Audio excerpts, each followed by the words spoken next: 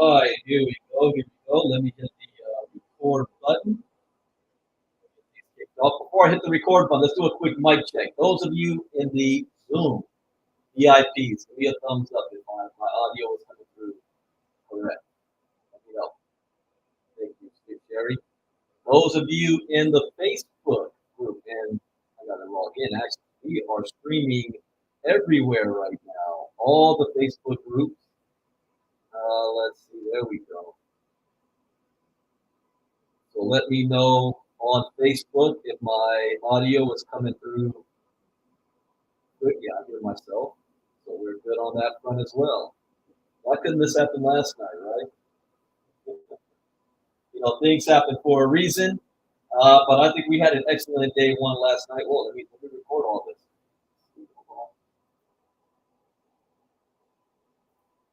Recording in progress.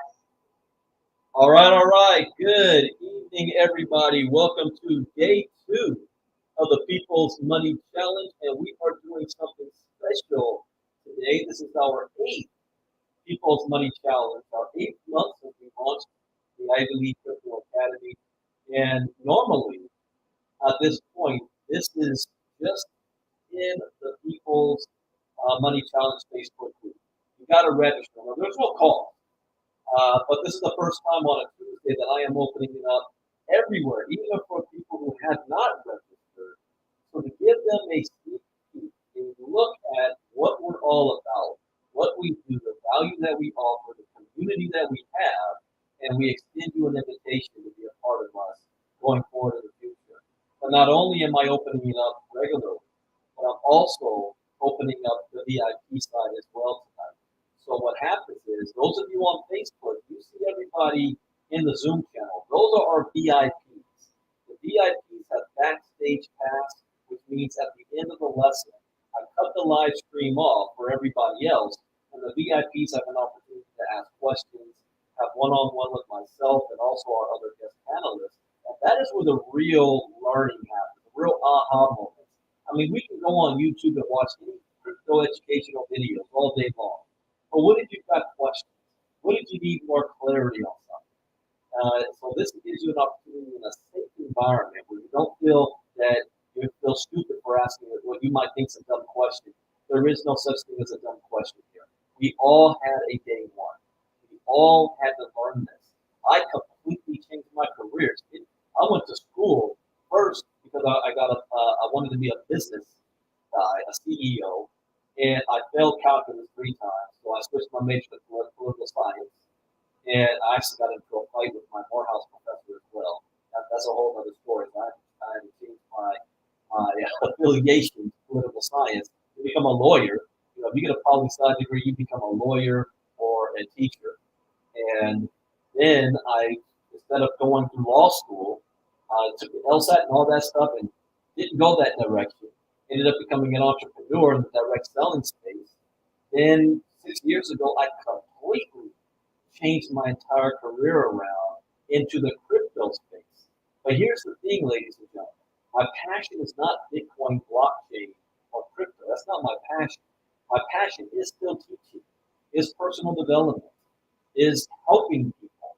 And in doing so, I found a way I can do that in the crypto space, which means every single one of you can as well. Whatever your passion is, whatever you're good at, your skill set is, you can find an avenue in crypto because blockchain technology, which is the topic that we're going to talk about tonight, is going to change the entire world.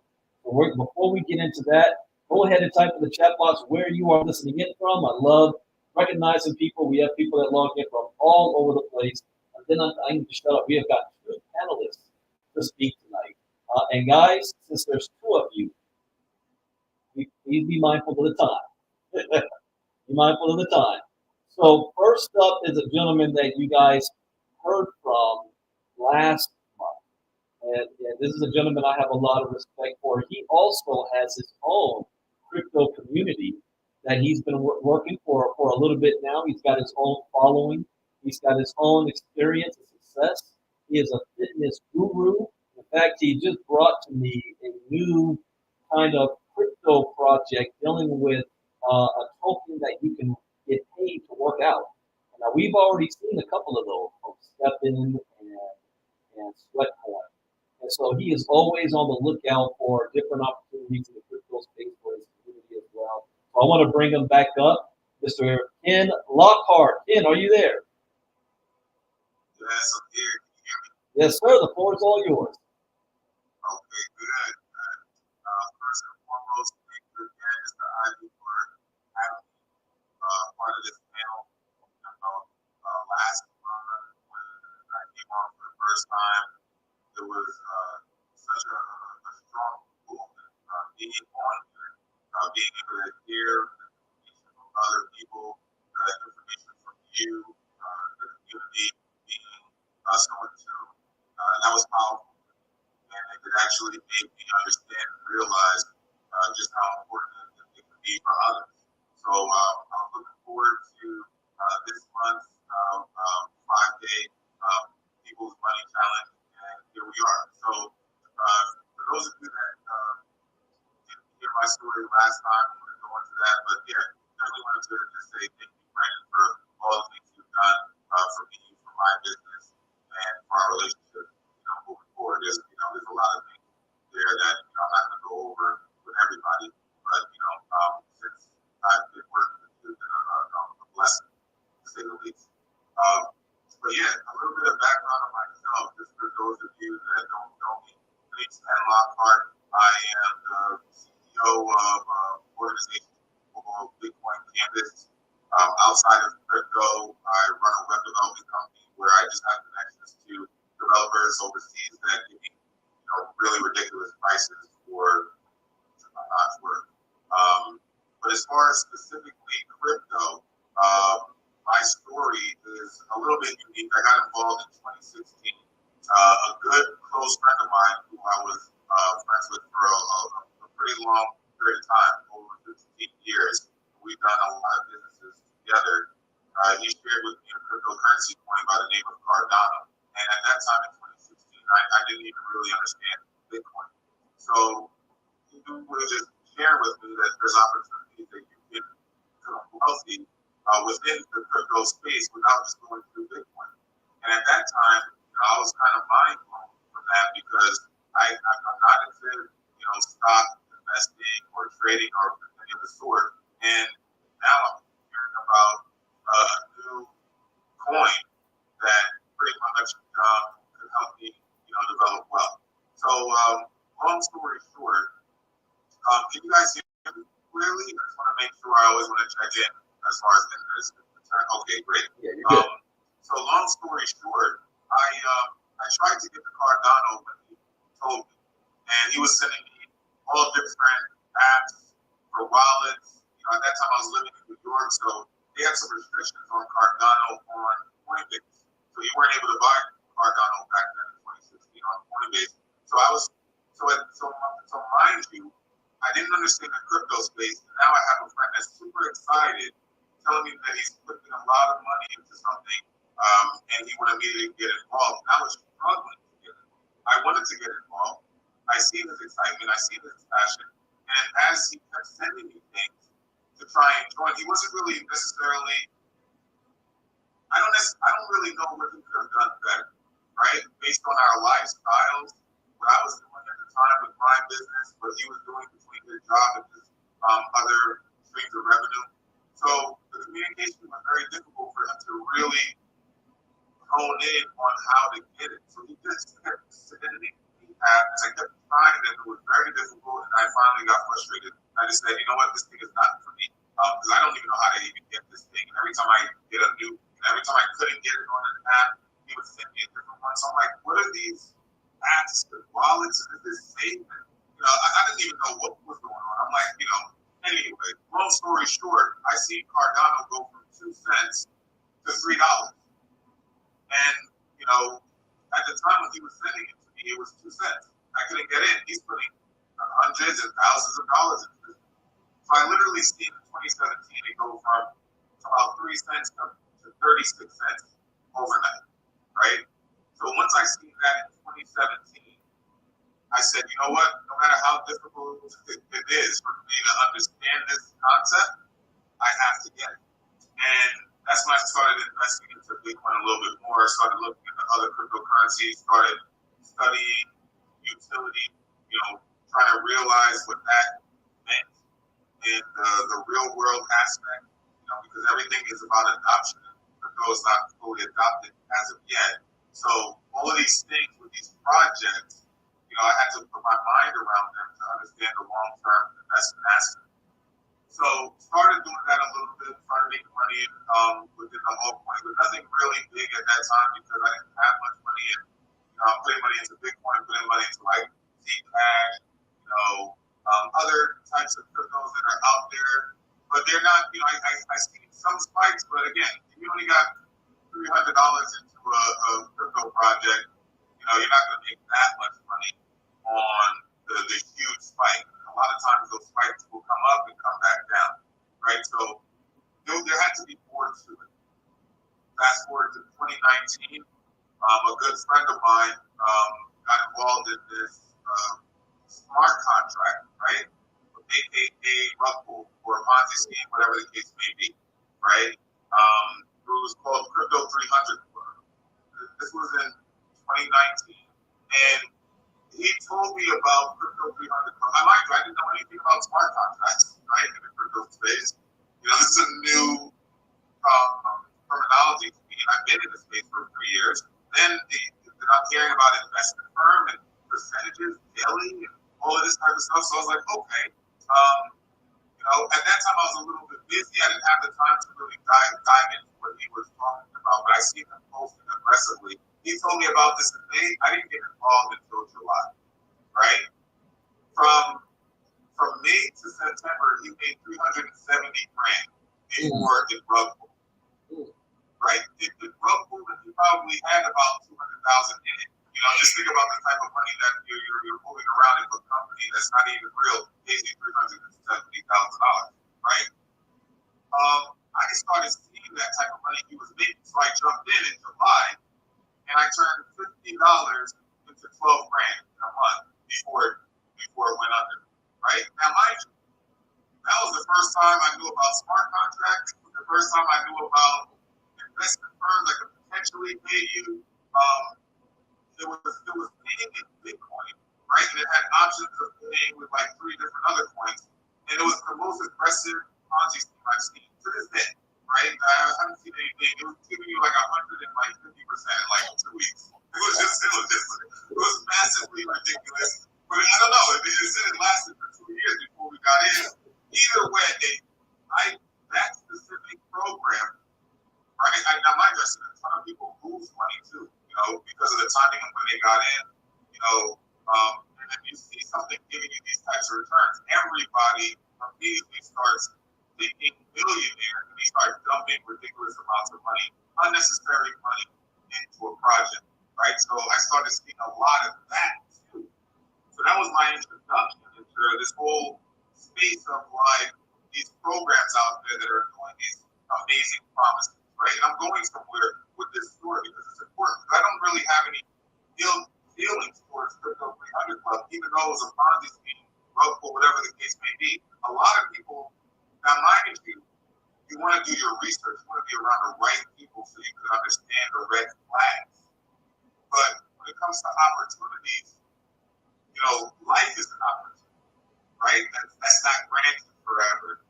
If you look at the millionaires within the world, the way they made their money may not exist the same way right now, right? The way Brandon made his money to the point where he could just, share crypto as a full-time passion.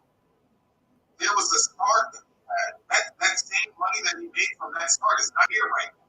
So it had to move over. So the reason why I'm sharing with this is because sometimes people look at opportunities and they don't know how to take advantage of them properly because they're putting too much into them. It's not marriage. You know what I mean? And, it's an opportunity that could potentially get you a 10x, a 5x, a 2x, whatever the case may be. If you look at it from that standpoint as an investor, you can move around in any type of space comfortably. And I look at it like this too. Anytime somebody would try and share something with me, especially somebody that I know, and it's making them money, even if it rug pulls or Because, what would you do if you found a well that was just pushing out money and anybody could get it? You would tell your friends and family too. So, granted, nobody thinks at the time. So now you have a little bit more sense because you've seen it before. But, when these things were first introduced, people didn't have the thought process that multiple from their Ponzi schemes, scamming, all of this type of stuff. So I say all of that to you guys because I want you guys to understand that when it comes to opportunities, especially leverage, residual, passive, and you're getting to this point of generational wealth, creating wealth, when it comes to these types of opportunities, there are windows, right? There are windows. Bitcoin and crypto is a window, right? And you don't know when that window is going to open and close. Like I told you, my friend in a Ponzi scheme made $370,000. I only made 12. And I'm not mad at that Ponzi scheme because I turned $50 into $12,000 in a month, right? Now I can't be upset about that because I have practiced the proper ways of investing. Never invest what you can afford to lose. Now, I look at it like this: if you're desperate, right, with the money that you invest, if you're desperate with those results, you invest too much. If you get to a point where every single time you're checking on your investment and every swing of that investment gets you a little bit nervous, you put too much money in. It's not supposed to work like that. It's supposed to be like, okay, it's down. All right, whatever. It'll be up next week. It'll be up, in 3 days. Wait, it's down. Do I have any extra money right now? Maybe it's a great price point right now. The only way you can get to that thought process is if you discipline yourself to behave in the way of a wealthy investor. It's not the average way of the average person is going to look at an investment and say, oh my God, I started with $100. It's 97 right now. Let's see where it's at tomorrow before I pull this thing out. That's not the way you're supposed to move an investment. You're supposed to take your discretionary funds. If you don't have extra money from your full-time job, then you're going to have to find a way to develop some sort of passive income structure that's going to improve your life. And here's what I mean by that. I was doing a little bit of note taking before I came on this panel to give you guys a little bit more. And I know, Brandon, I'm looking at the clock. I'm going to give myself probably another 5 minutes before I'm getting passionate. I don't want to extend that, so I'm still looking at the time just to give you an idea. But I wanted you guys to understand something. This is a way of how I look at business, how I look at relationships, how I look at life, how I look at money. I'm not an expert in any means. There's some things I do well, there's some things I don't do well. That's why there's a community. You take the good from, the people that you can relate to, and you get rid of the bad that you can't relate to. But let's look at passive income. Passive income is a type of unearned income that is acquired automatically with minor labor to earn or maintain. It is often combined with another source of income, such as a side hustle. In the U.S., the IRS divides income into 3 categories: active income, passive income, portfolio income. Now, the reason why I brought that up, and I wanted to highlight that on tonight's call, is because when I look at opportunities, I'm looking at a way from how do I turn this $10 into $100? How do I turn this $50 into $500? Now, initially, I'm going to start off with just saying, how do I make an extra $500 a month on top of what I'm already earning? Right? Now, if you're able to do that in a month's time, at first it's like, wow, an extra $500 a month. That sounds great on top of anybody's earnings. But when you actually learn how to take the opportunity, market it, push it, and then make the $500 from it, then you really understand the magic from it. That's the start. Because if you don't know how to practice doing that, you're not going to get to passive income, you're not going to get to residual income. You're really going to just focus on the proper ways of investing, which will still get you there, but it'll just take you a little bit longer. That's why Brandon's whole teachings are so valuable and important, because it takes time to get some of these things down. And you don't know when it's going to click for you. I mean, I'm involved right now, like Brandon said before, with an opportunity dealing with an NFT that is going to pay you crypto just for your movements, your exercising, so on and so forth. For me, that was a project I could be passionate about. Now, Brandon's going to share the details with that within the group when he allocates the time for it. But I just want to give you guys my thought process behind the investment. The concept checked out. Free crypto just for moving. I exercise anywhere, right? I can do that. Okay, then I looked at it, okay, it's attached to a token that already supports other projects. Okay, boom, the token seems like it's a little bit sustainable. It's not just a token specifically for this one project. You know, these are just my ways to review. Then I said, okay, it's based on the price point of the token, which at the time when I got involved was only like $65, whatever the case may be. So I said to myself, okay, I can get involved for $65 and they give you a percent of any type of any NFT that you are able to sell or refer anybody to. Now, the reason why I'm sharing this with you guys is it all aligns. I got passionate about a project because it aligns with what I'm doing already. The concept is great. The investment price point is reasonable. And now, since I got involved in that 3 weeks ago, I've already made over $500-600. Now, that may sound like a lot to somebody that's, not really into marketing or not really into, direct sales. But if I spoke to some of my millionaire friends, they'd be like, yo, good job. This sounds pretty cool. You know what I mean? But what I wanted to share with you guys, but that's the fundamentals of growth because I made that money. I can calculate it. I said, you know what? I've been in 3 weeks. I spent $65. I almost 10x my money. So now I review how much time did I take to get to there. It's like that's the extra income, the leverage income, the passive income is the start of your crypto journey. The regular hodling and investing and the education, you need that to start training your brain to make proper investment decisions and to balance your structure of life so that you can invest without worrying about that kind of money. If you put $50 into Bitcoin and you're worried that it turns into 47 next week, then you probably need to do something else to make a little bit more money. You know what I mean? So that's kind of like, I don't really want to just drag the conversation. Some of the things that I just wanted to share with you guys as well that I haven't gone over is just passion, right? If you're passionate about something, it's easier for you to move within it. It's easier for you to calculate the money you're making from it because the risk versus reward, the energy that you're putting in. Brandon's passionate about education. So it's very easy for him to do what he's doing each day because he's passionate about it. So you guys have to find out what you're passionate about in crypto. I can't tell you. You know what I mean? I can give you. It's like I just work in a restaurant. And you come and you sit down, and I'm just asking you, what do you want to eat? And here's a menu. You know what I mean? Here's a menu of all the things that we have.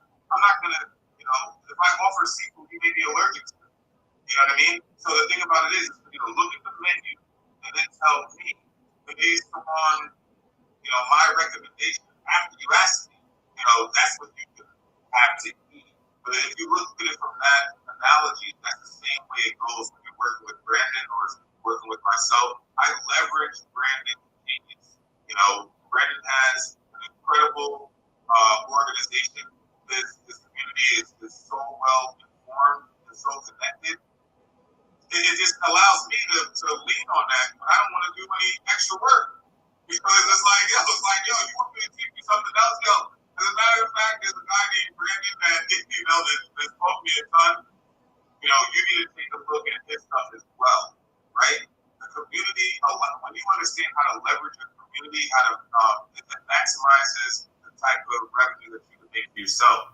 You gotta learn these types of things. You gotta learn, edification, association, showing up, passion. I can't give you guys everything in 20 minutes, but I definitely appreciate the time that you guys have given me to spend with you. Hopefully, you got something out of what I wanted to share. I like to give people, meat and potatoes in terms of, making money, whatever the case may be. Obviously, what I do to make money won't necessarily be the same thing that you do, but I like to be transparent on my capabilities so you can see how I've identified to myself how to generate passive income. So you can understand, okay, I can do that too in my own way. And, if you can do it in the way that I'm doing it, more power to you. It'll be easier for me to transition the knowledge in that aspect. But either way, the educational aspect of what we're getting from being a part of this academy is absolutely what you need to take advantage of your window when it pops up, when it opens up. So that's my time, Mr. Ivy. Hopefully, that was good enough and I didn't, go over for the next person. All right, all right, all right. Thank you, Mr. Lockhart. When you hand somebody a mic, they get into that groove, they get into that flow. I'm not going to interrupt you. So thank you for sharing that information. And I know the audience appreciated it and heard you. I think one of the big things that I take from what you said is what I'm always talking about as well, passion. People think when you get into crypto, you've got to learn something that you're not comfortable with. And that's not the case. What you do is you take what you're already good at, and then you figure out how you can implement that in crypto. And we're going to talk more about that on Friday when we start talking about strategy. So thank you, Mr. Lockhart. Next up, we've got another individual. This is an individual you guys have not, well, this community directly hasn't heard from. I have a lot of respect for this young man. He's only 4 years older than my oldest son, and that's the trip. I picked up my youngest son from school today. He's a sophomore in high school, and it's like looking at myself in the past. And then I look in the mirror, and I'm like, wow, I'm getting older. I see the grades. But time, I still remember it like yesterday when I was a sophomore in high school. But this young man is 26 years old. One on 27, yet 26. I had a chance to meet him in Dallas, Texas, and not just himself, but I also met, he wasn't there by himself. He had a crew with him as well. That they have a community that they run together. You heard one of his partners speak a couple of months ago, Mr. Hanif Brown, out of Canada, by way of Jamaica, professional football, meaning soccer player. And this gentleman is, if I had the mindset he did when I was 26, I would be so much further along today than I already am. I have no doubt that he will be a multimillionaire in anything that he does before he turns 30 years old. But that's not what impresses me. I also have no doubt that he's not going to be alone. He's taking a group of people with him at such a young age. So I'm going to enjoy watching his development. And I asked him if he could come up and be a panelist to speak to you guys today to share his story, where he came from, why he's involved in crypto, and why education is so important. So, Mr. Javon Ridley, are you there? Yes, sir. I'm here.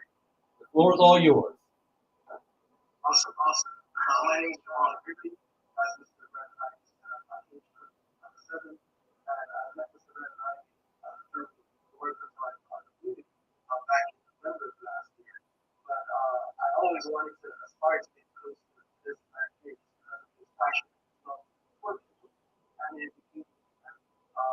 my friend always said, if you want to build that, get a fish, right? You teach you other fish. So I always love that sentiment,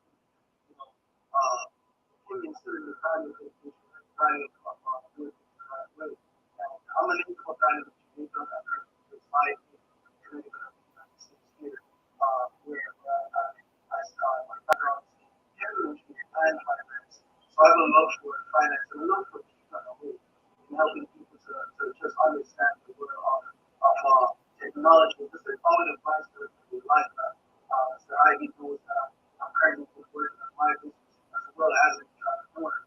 Just in helping people in the finance arena, especially management, just to be where they get exactly where they want to go. Just helping the development process, right, from your very adult age to that of having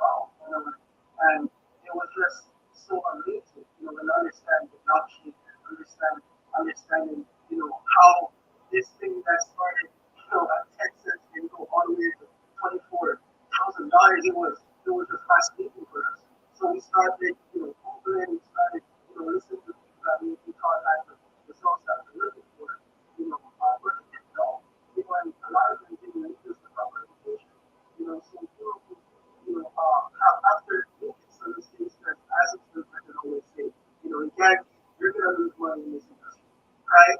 But one thing you can guarantee is that if you invest in proper education, right, you can change that trajectory to not make the mistakes that a lot of millionaires make and lose millions, right? But you can use the proper investment skills as our last panelist just highlighted and be able to leverage what you can afford to lose and be able to build wealth on fundamentals. So I'm happy that I got access to Grand Island through Master Crypto, and we're doing some great things in the background. Just making my community here on Hartford. I think we're Hartford College. Those students are really excited to get on the works with that. We're going to visit with that. We're working on here in Connecticut as well. Nothing to collaborate with Brandon. And the whole is excited to just with that collaboration. But going back from where myself and Annie started, we decided to take the journey of education. So myself and Annie, with Ron Stanley, I haven't even met the Ron Stanley in person yet. That's how our community came falling through working with him. And it's been an awesome family that we have here. And I've got access to the community family with what a person I used to where I'll be able to think with 5 fingers in some of that, that is there, just being very reserved and humble in the approach. Because it's not about money, but it's about the people that need the networks that we build. That's something different, right? And I know that you're seeing you work with a lot of opportunities within our community that has changed people's lives. Today you can come to someone here on the phone when we finished the call. She was like, oh, she was just so excited. And, the person in the car was like, oh, you want to play? This is so excited because we closed the deal for her. She was able to put food on the table. That's something different. And I'm getting a little emotional here because, it's proper education is centralized. If you master your crypto, Brand New is transparent in everything that you do. I've been around him. I've seen how he carries himself, and this is why I can move on and strongly recommend starting with education. And setting that foundation right that you can build. Up on that foundation. You understand whenever opportunities come where it is not one that was there to stay. Some start out good and that come back, but with proper foundation, you can be across. So I'm very excited about just what Pennsylvania has to offer, through the Ocean University, myself, and we transfer knowledge and continue to learn. I never stop learning, and that's the mindset of myself, and all the leaders we have, our peers, this kind of clarity as well. She brought the perfect course. She did every course that Brandon taught, just learning away. And we just have a small group.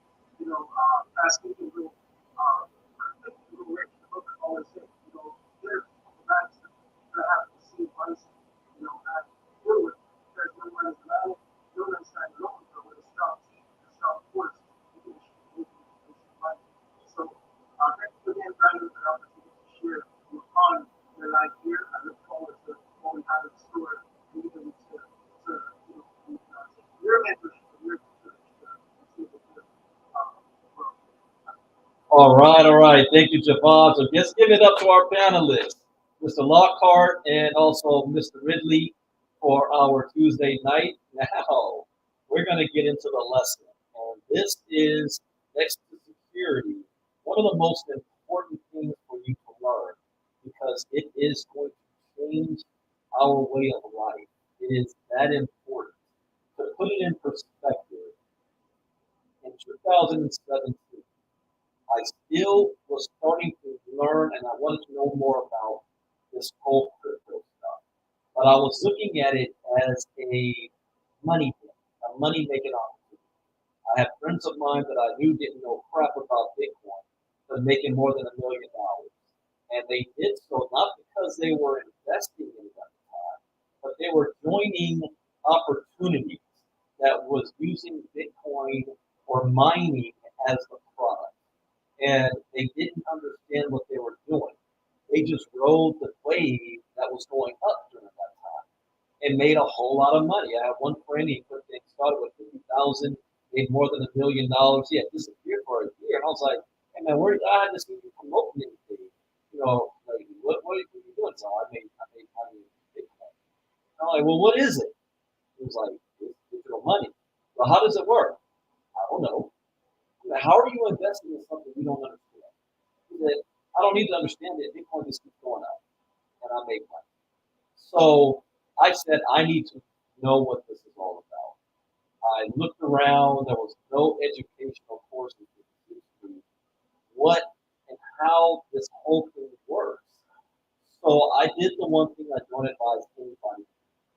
I went to Google, and at the time, the only courses there were some of the Ivy League colleges were offering blockchain, but they called it distributed ledger, fintech, some other scientific term that they called it. They didn't call it Bitcoin or crypto, of course. But I wasn't about to fly to some other states, pay thousands and thousands of dollars to relearn. So I went to Google and YouTube, and I realized that 50% of the information that I was getting was wrong. But I did learn two things that changed my life. One, we're going to talk about tomorrow. But the other one was that blockchain technology is going to disrupt every single industry on the planet today. Doesn't matter who you are, doesn't matter what language you speak, it doesn't matter where you were born, it doesn't matter if you believe it or not, your opinion is irrelevant. This is going to happen. It is an extension or the next evolution of the internet. And when I realized that, I started to see crypto in a different way. I didn't see it like money anymore. I saw it like technology. Technology is how I think this. And the technology is what is going to change the world. Not Bitcoin, not crypto. That is a reward for building the technology. We're going to learn more about that tomorrow. But the technology, I also read a quote from the president of Russia, Vladimir Putin. This was when he wasn't a pariah in the world yet, 2017. Well, he actually said it in 2016, but I read it in 2007. And he said, the Stone Age didn't end due to, the Stone Age ended due to better technology, not due to the lack of stones. But look around, stones are still there. They're still there. It was the introduction of better technology that ended the Stone Age. So, in the future, the nation that adopts this new technology will become the new world superpower. And the nations that do not will live underneath the thumb of those who do. Now, if you understand anything about geopolitics, especially the world since World War II and the fall of the Soviet Union and the history of Vladimir Putin, he came up during the Soviet Union era. So he has manifest destiny of the greatness of the Soviet Union once again. And in his mind, the enemy is the United States. And the United States wields its influence by two ways. One, we've got the biggest, baddest military the world has ever seen. And two, we have the world's reserve currency, the US dollar. And how did the US dollar become dominant? Because in World War II, more than 50 million people died, and most of the world was smashed. Their economies, their infrastructure was bombed to rubble, except for the United States. The only thing that happened to us was Pearl Harbor. But nothing came on our shores because we've got the Atlantic to the east, we've got the Pacific to the west, Canada to the north, and Mexico to the south.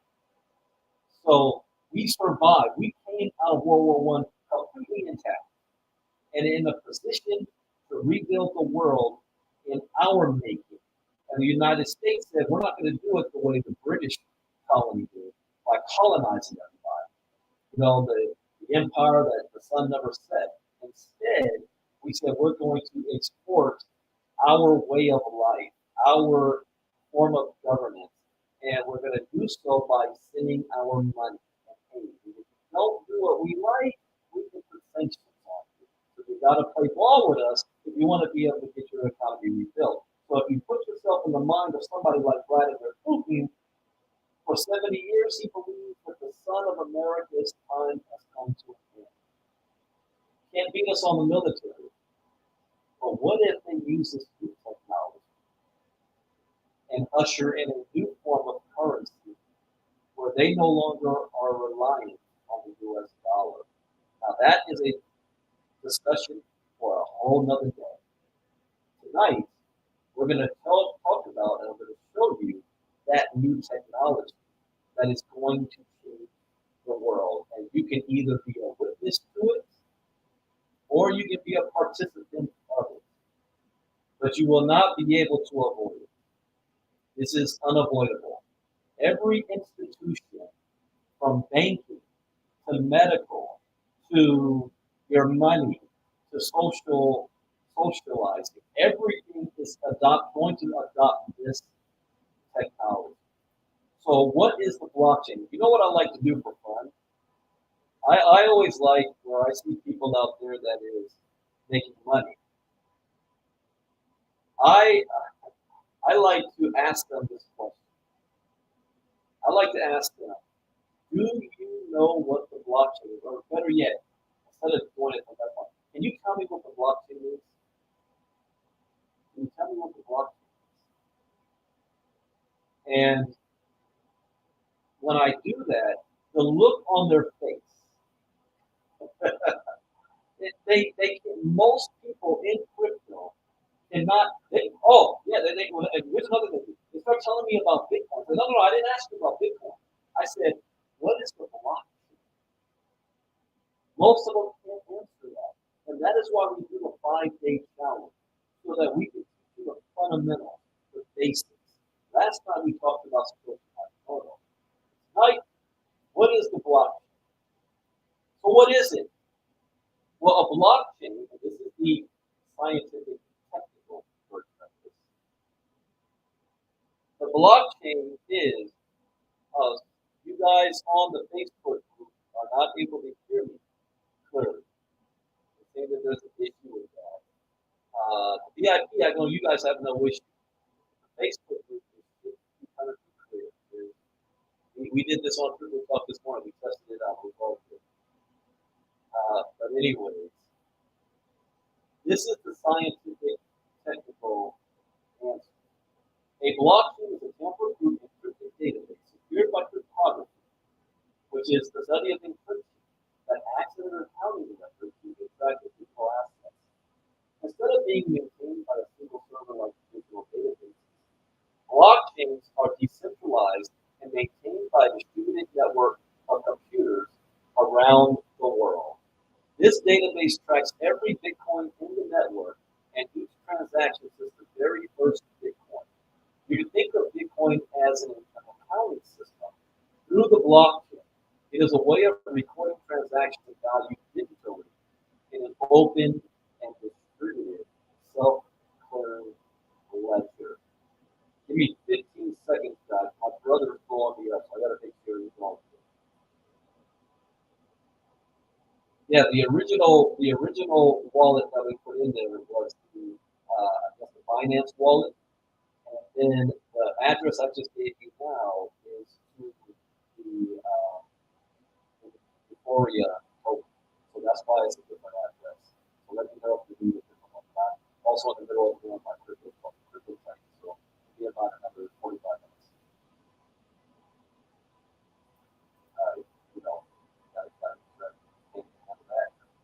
Well, all right.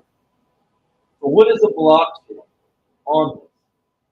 Blockchains are decentralized and maintained by a distributed network of computers around the world.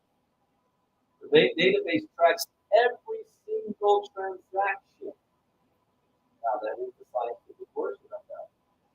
Beginners to cryptocurrency sometimes hear the word blockchain and think that the term blockchain is synonymous However, this will be like saying the smartphone technology and Apple have the same meaning. They are not the same thing. Okay? They are not the same thing. They're two different things. I can't solve the Facebook muffledness right here, right in front of me. And the Facebook side is listening through StreamYard. Facebook sound is bad, and we just heard your conversation with your brother. Well, there it is. Anyways, but well, if it's bad, you didn't hear it. You heard me. You didn't hear it. You know what? I could do one little test, and I think this is going to. I think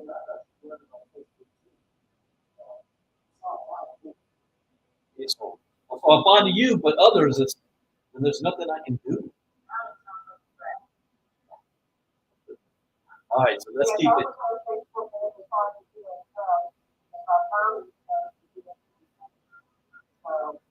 All right. Well, some people, yeah, I can't.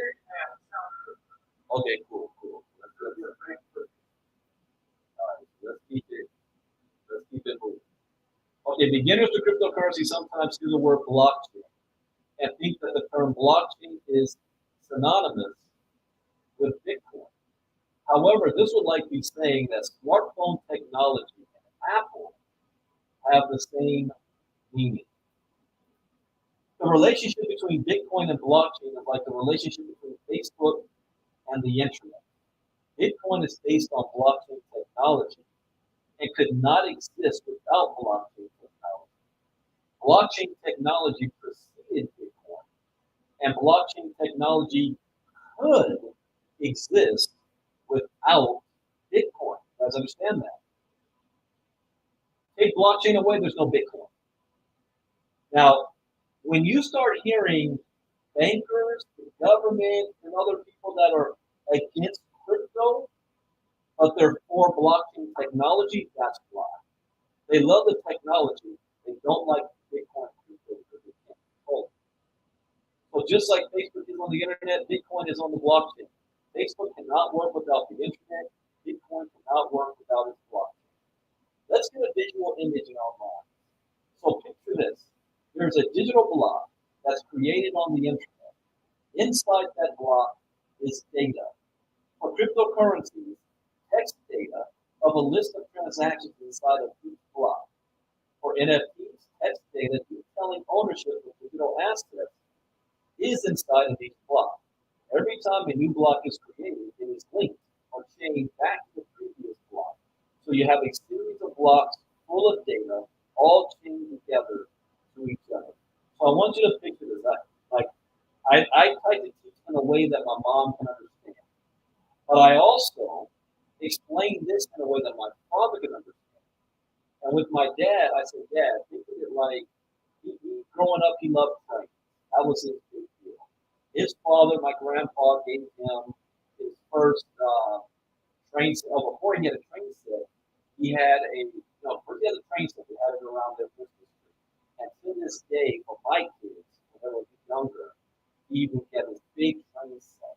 He loved trains. He always loved race cars. He had a race car set. It was funny, I showed my son a picture of my dad when he was, I think, 8 or 9 years old. And he had this old school race car set that my grandfather actually built.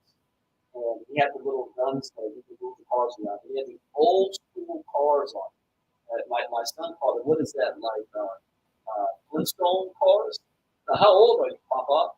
But he had the old, so he's always into that stuff. So I said, Dad, think of the railroad tracks. That's the blockchain. And then think of the Bitcoins is running on top of the track. That's Bitcoin. He said, oh, okay, so why do they call it like chain? I said, okay, picture this. Now, I made this mistake the other day. I tried to share this off, and I ended up knocking my water over all my food. I'm not going to do that again. I'm going to watch myself. Let's say, okay, right here and here. On my computer, I am a computer nut freak. In my office, I've got 1, 2, 3 laptops and a PC, old school PC. I got to get that approved. I've got 1, 2, 3, 9 freaking screens in my office. I don't save anything on hard drives, on my laptops. I don't save nothing there. I do all external hard drives that I have connected to my laptop that I can move whenever I need to. And when one fills up, I unplug it, put it aside, and I plug in another one. And I keep it moving. It's not the same duplicated data. This is just filled up. Now I'm on to the next because I record constantly. You know, I've got thousands and thousands and thousands of hours over the last 10 years that I'm broadcasting 2 or 3 times a day. And it's all being recorded. So when one fills up, I discard it and I plug another one in. That's the blockchain. When one block fills up with data, it closes off, a new block is created, it connects to the old block, and now new data is being added to it. What data is that? Well, on Bitcoin's blockchain, it is every single transaction is what's filling up that block. Once the block is filled up and closed, it releases a reward. And that reward is Bitcoin. Because you need to incentivize the people that's creating the blockchain. This is why when people say, what's backing Bitcoin? Is it made out of thin air? No. There's a whole something called proof of work. POW. Somebody, first you need the manpower. Then you need the equipment that costs money. Then you need the energy that costs money. And the time. For me, time is money. You know, I wish I could spend all day talking on the phone with people. At most, I got 5 minutes because time is money. So all of that cost before Bitcoin was even developed is proof of work. What is the cost of creating this? Cash. Nothing. The government just prints it. And they can print whatever they want to. Another way to visualize it is like this. Picture each block as a page in a book. The data inside each block are the words on the page. And the chain is the book's spine that holds all of the pages together. You guys got that image? Like, I got these 2 books right here. Think and Grow Rich by Napoleon Hill. Think and Grow Rich, A Black Choice by Dennis Kimbro. Now, every page has information. They're all tied together by the bond. Each page is a block. Sharing the same history.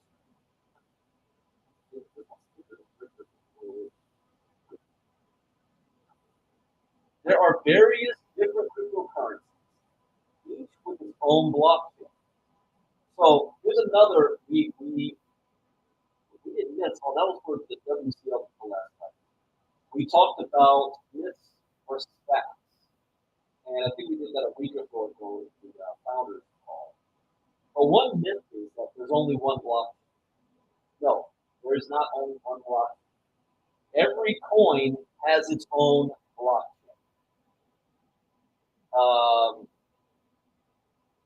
We got Ethereum's got its own blockchain, Ripple's got its own, Solana's got its own, Bitcoin's got its own blockchain.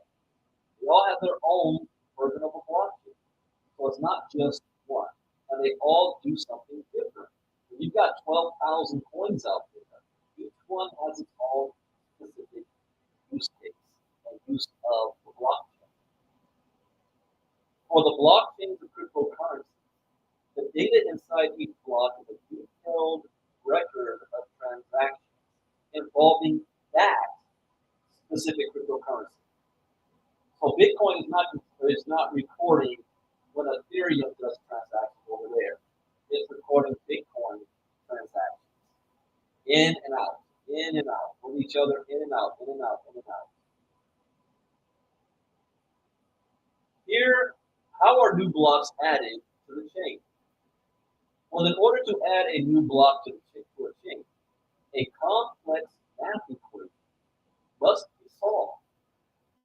For Bitcoin's blockchain, basically, somebody needs to guess a number between 1 and 4 billion in order to add a block to the blockchain. This requires a vast amount of computing power, as well as some time, roughly 10 minutes per block on Bitcoin's blockchain. The individual or group who guesses the correct number creates the new block and is awarded 6.25 Bitcoin. This process is called mining. But really, it should be called something like creating a new block by guessing the correct number. The fact that it is so difficult to add a new block makes it so that no one organization can ever add too many blocks in a row. It would be like the same person winning the lottery over and over again. The fact that blocks are so difficult to create is also the reason why they are so tamper-proof and immutable. So now we know what a blockchain is, how blocks are created, and what each block is filled with, a digital ledger of transactions. To understand the significance of blockchain technology, we must go back in time and look at ledgers and their function. Let's go back in time. This isn't new. It's just a new evolution of it. A ledger is simply a documented record of transactions. A blockchain is a ledger. A blockchain is a documented record of transactions. That's it. A lot of people never even heard the word ledger before until they got into crypto. And I'm like, that's all you've been doing all your life. When you do a transaction at the bank, when you open up the bank statement, that statement is a ledger. You just don't have to see. Back in the day when I was a kid, they actually taught some stuff in school. We would teach us how to, write, manage, and the checkbook, how to keep track of all of your transactions. They don't do that anymore now. These kids don't know nothing. But every time you open up your Bank of America app or your Chase app or wherever you bank with, and you're looking at a ledger that's recording every single transaction.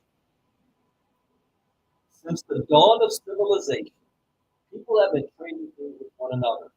Humanity wouldn't exist if it weren't for the fact that humans traded with each other. Even before the invention of currency, tribes and early civilizations would often keep a record of who traded what with who, dating as far back as 5000 BC in Mesopotamia. People used clay tablets as primitive ledgers to record transactions of crops and animals. Now think about this. Thousands of years later, we can still see the transaction because it's etched in stone. And once you do that, you can't erase it and then cover it up and do it over again. So it's interesting that the way blockchain is now, it's like we're going back in time to carving and stoning. Except we're just doing it digital. It can't be erased digitally. Ledgers such as these would also be used to keep track of debts owed, so it was important that they were kept in a safe place to avoid tampering or damage. Ledgers were kept safe inside of guarded temples and palaces, the secrets of the first banks. See, back in those days, not everybody was educated. Not everybody knew how to read and write. In fact, if you did know how to read and write, you were considered part of the elite. The elite taught their kids. The elite could afford to send their kids to school, where everybody else, by the time you're walking, you had to be out helping the family to make money, to build where be self-sufficient. You didn't go to school. That wasn't a concept really too much later. Like, okay, I love to use analogies. Anybody that loves Game of Thrones, if you watch Game of Thrones, there is one of Jon Snow's best friends was what they call it. He was learned, and they sent him. His family was wealthy, and he went back and he learned in the big library. Not everybody had access to those books. Only the elite was able to read and write and copy those books. If you watched Sunday night, House of Dragon, the very in one of the scenes, I'm not giving any spoilers away, but you see one of the elite is holding a book. That book is precious. It's valuable. Not everybody has access to it.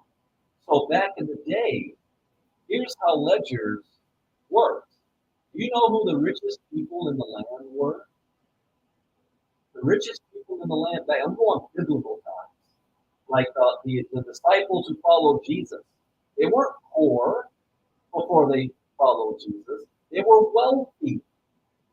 And the whole concept of what Jesus was saying was discard your earthly belongings and follow me. Discard your trappings. They were fishermen, tax collectors, debt collectors. The tax collectors were the richest people in the land. Because since they were the only ones that could read, they were collecting all and keeping track of the ledger of the transactions. The port masters or the harbor masters. If you were going to sell in port and you wanted to sell goods, you had to check it in, or what do they call that? Even now, if you go to the airport and you go to the like going from one country to another, you got to check the items. And so you're saying, all right, what are you coming in here with? What do you got? Customs, thank you. You got to go through customs. So you go through customs and you say, well, I've got 50 pounds of this, 500 pounds of that, 1,000 pounds of this.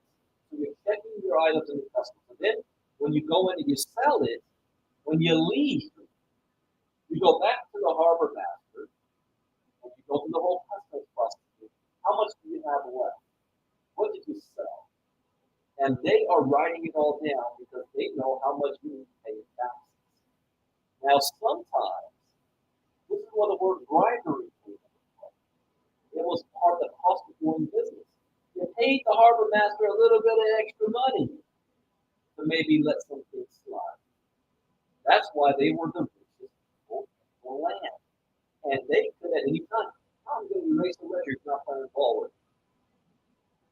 So you bribed them. So was that very efficient? Was that fair? Nope.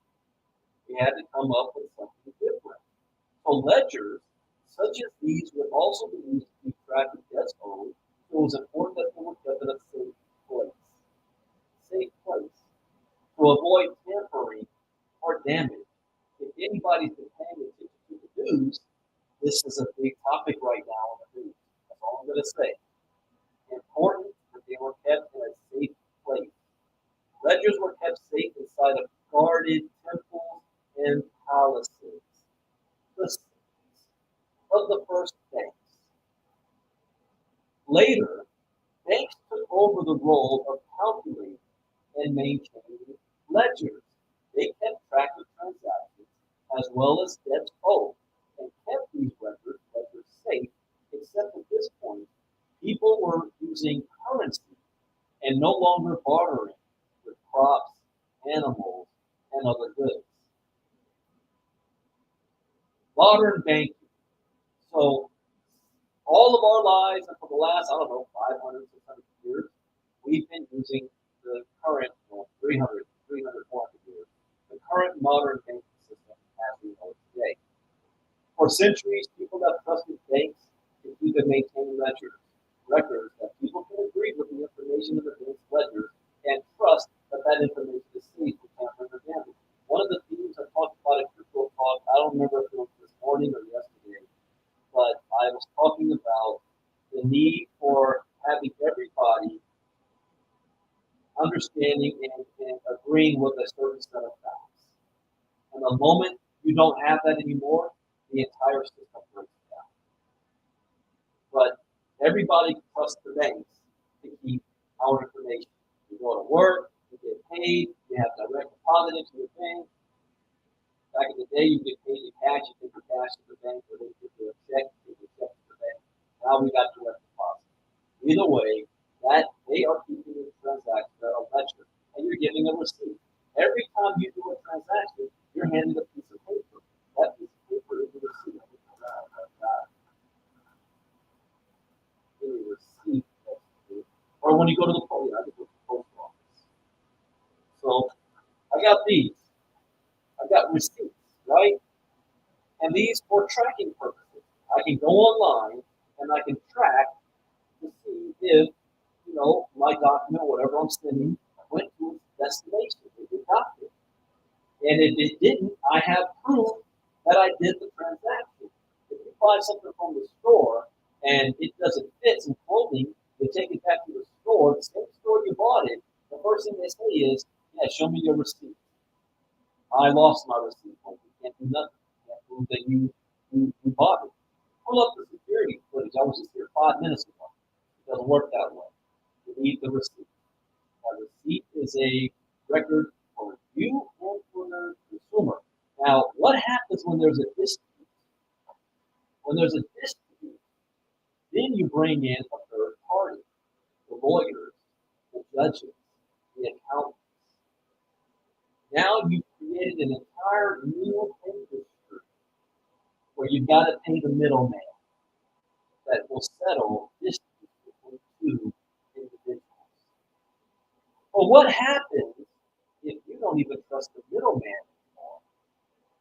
Because this is also a big place in our country today. If you don't trust the middleman, the system breaks down.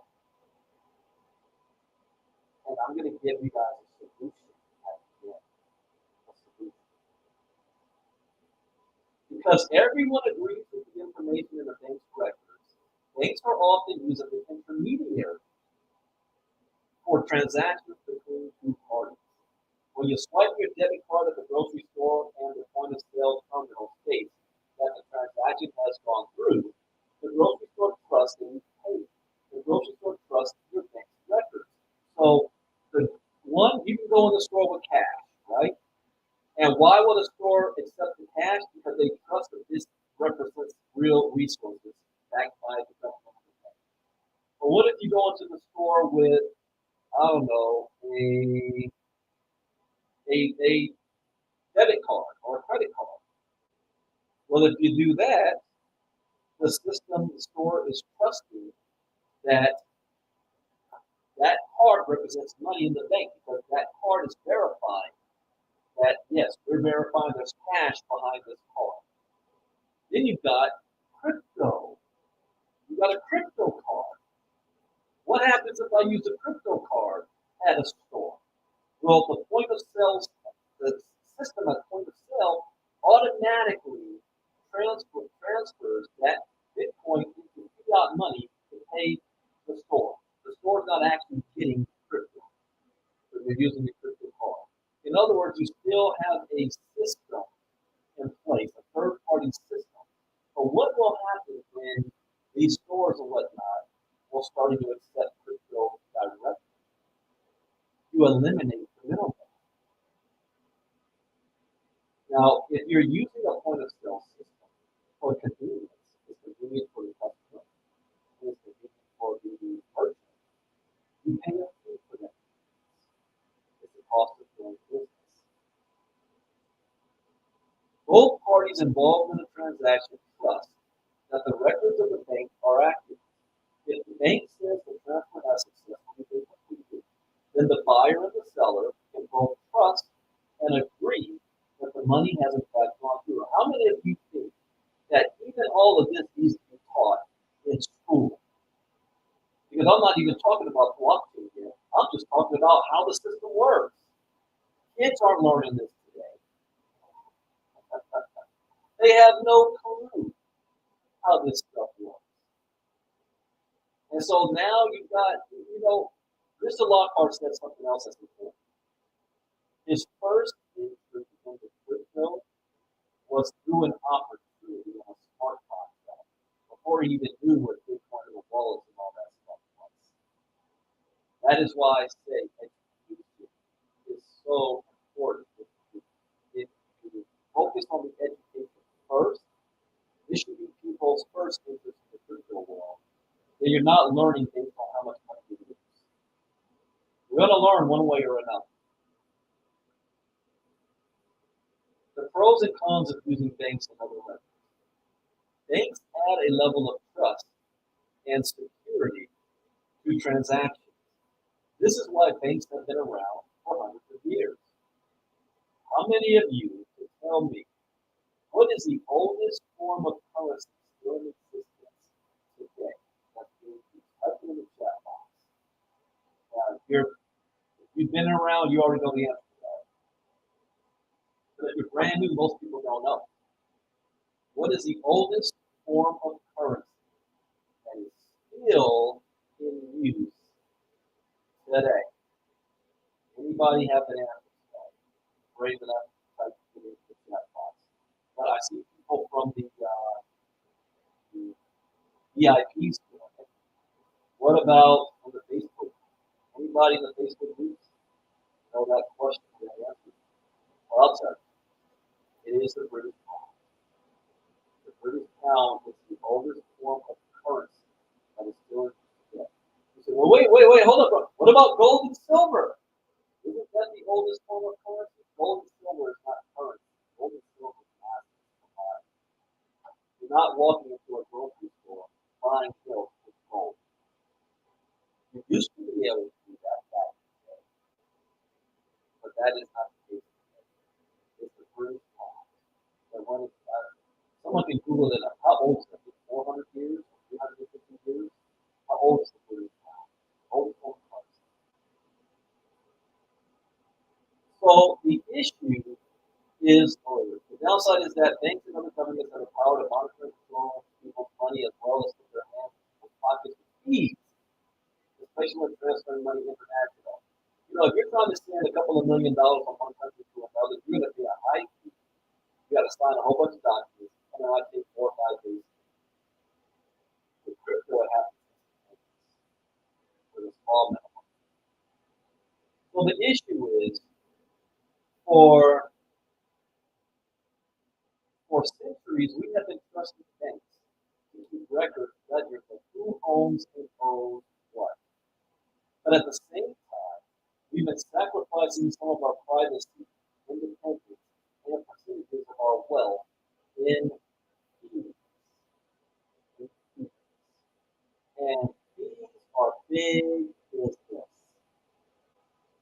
Fees is another way of selling picks and shovels. Because if you can get your hands on the fees, then it does, you're getting paid every single time the transaction takes place. Over and over and over and over. Like, who got rich during the gold rush? Not everybody found gold. But people selling picks and shovels got rich. Because everybody who did, but not everybody who does found gold. But it's all about shovels. Why do you think I created ILCA in the form that it is? Not only to you got to but to be able to create an opportunity for you to also sell picks and shovels to earn money that you then can use to build your crypto portfolio.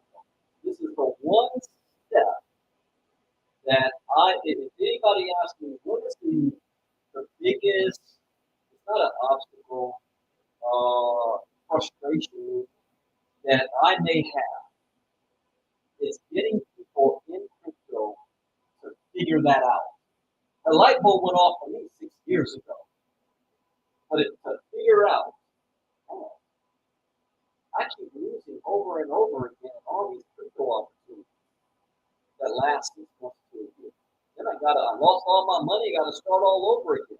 I've got 5,000 people in my community.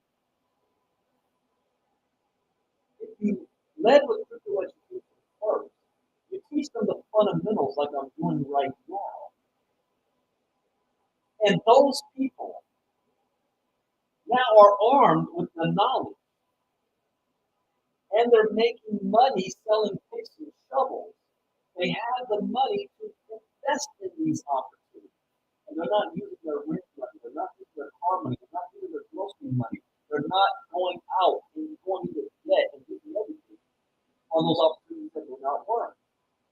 And if you've got a large community, and I'm telling you, you help 100 people get crypto educated with everything that ILC has to offer, I'm going to pay you more than $100,000 and almost $4,400 a month. Selling these doubles. I'm waiting for that one leader that gets it. And when that light bulb goes off, that individual is going to make $1 million plus. Because 1,000 people getting crypto educated is $1 million. But I digress. It's just lesson. I got to put that out there. I'm still waiting for somebody to really be at the top. I have that aha moment already. I'm doing it right now. But if I was on the other side, I'd be busy out there trying to run around finding educators quick sleep. I'll say that for Friday. So the issue is for centuries we've been trusting the banks and they've been taking our money. I mean, we are paying banks for the privilege of holding our money. They're charging us to put money in the bank. They're charging us for them holding it because we got to pay a bank fee every single month. They're charging us when we pull money out of the bank. And then they take our money, they invest our money in their own projects and make a whole lot of money on it. And then they throw us a couple of pennies at the end of the year. The most insulting thing I had, this was back in when I first started making serious money in direct selling. After I walked off my job, I was in the bank, right? And I was setting up my business account, like that. And they took me to another portion of the thing, not the window. I go to the office, they're sitting there, and they're pitching me on all, well, we've got good opportunities for when you want to buy houses, and we've got this account, we've got this IRA, you can do this with your money, you can do this, all within their own internal ecosystem. Raise that up with money. Then they said, if you keep $20,000 in this account for 6 months without going less than 20K, I would get a bonus, I think $150 something. And I remember when she said that, I looked at it, I was like, $150? And she was excited about that. And then she was like, and if you set up this account and you keep depositing $5,000 a month or more over the course of the year, then we're going to give you some percent, which came up to be $1,500 extra. And I was like, seriously? Am I supposed to be excited by that? I can put that money much quicker somewhere else. But then I asked this question: how much money are you making off my money? What? I'm good at this. This is what got me in trouble at Morehouse. The reason why I didn't graduate with the business is because I challenged the professor.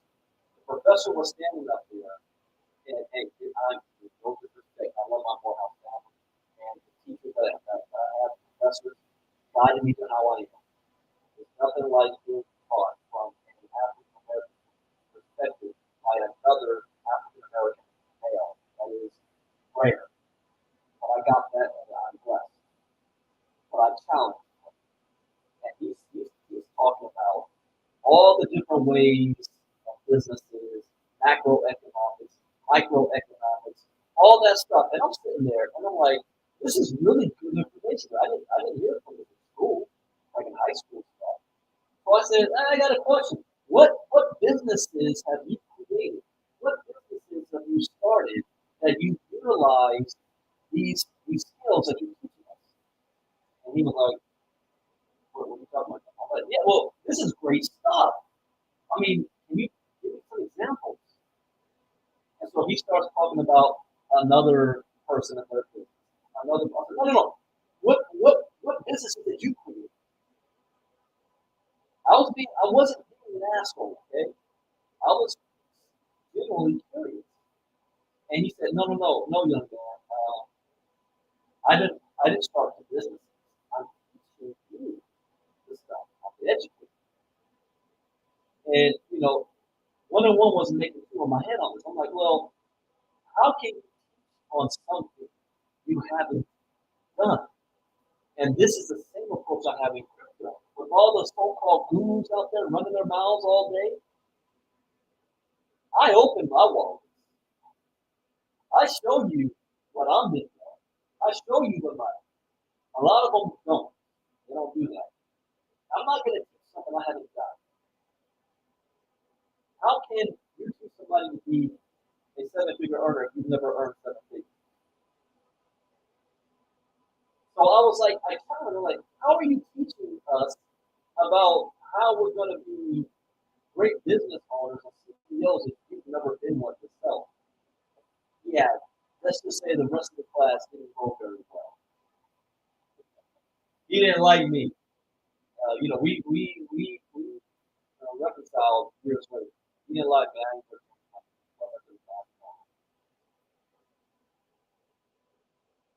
So anyway, it's all on my campus. So it's time to drain the financial swamp. The pros and cons of banks and their ledgers. Is that right, Miguel? But what if there was a better way? What if there was some form of modern technology that could help us get the best of both worlds? What if we could have security and trust, while at the same time also have a financial privacy and autonomy? We would need a secure ledger that everyone could trust and agree on, and that wasn't able to be controlled, interfered with, or manipulated by any person or institution. Enter blockchain technology. How are blockchains different from banks? Well, blockchains are distributed and publicly accessible. A blockchain is a digital ledger, but it is a ledger that everybody has access to, yet nobody is ever in control. Historically, ledgers and records have been centralized, locked up, and stored by one institution that has access and control. For cryptocurrency, the entire ledger is out in the open and accessible to everybody. Blockchains are anonymous. When you look at the Bitcoin blockchain, you will notice that you don't see the names, email addresses, or any information about the sender and receiver. All you see are transaction hashes and wallet addresses. We are streaming in the metaverse as well. What's going on, everybody? You got an arena? It is almost impossible to determine someone's identity based on these strings of random letters and numbers. This is the paradox of Bitcoin. Everybody can see all of the transactions, but nobody can see who is doing the transactions. Blockchains are decentralized. Every bank out there is a centralized system. Governments are centralized. Banks are centralized. Businesses are centralized. Blockchains break that. They're decentralized. For almost every major cryptocurrency, nobody owns or controls the ledger, the blockchain. So nobody owns Bitcoin, meaning the Bitcoin blockchain. Nobody owns that. No, there's no CEO. There's no government agency that's running it. It's decentralized. The blockchain is available for anyone in the world to see no matter where they are. Having a decentralized ledger plus the inherent security of a blockchain eliminates the need for an institution, bank, or government to be the middleman. Having a transparent, distributed ledger, blockchain means that cryptocurrency is open to everybody on the planet. Now do you see why you're going to hear me talk about this tomorrow? Where I say cryptocurrency represents the greatest economic shift in wealth in the history of mankind, for the most amount of people. Because now the blockchain says we're giving technology that everybody can play with, not just the privileged. An entire 31% of adults in the world do not have access to a bank account. I mean, you go into the hood, you go into the ghetto or whatever lower economic community, and you will always see a plethora of liquor stores, and right next to it, check cashing places. Check cashing places. So people that work, they don't have a bank account, they go to the check cashing place, they'll cash your check for a fee. So it's like really, man, I mean, really. So if you don't have access to the banking system, you are at a disadvantage for generating wealth.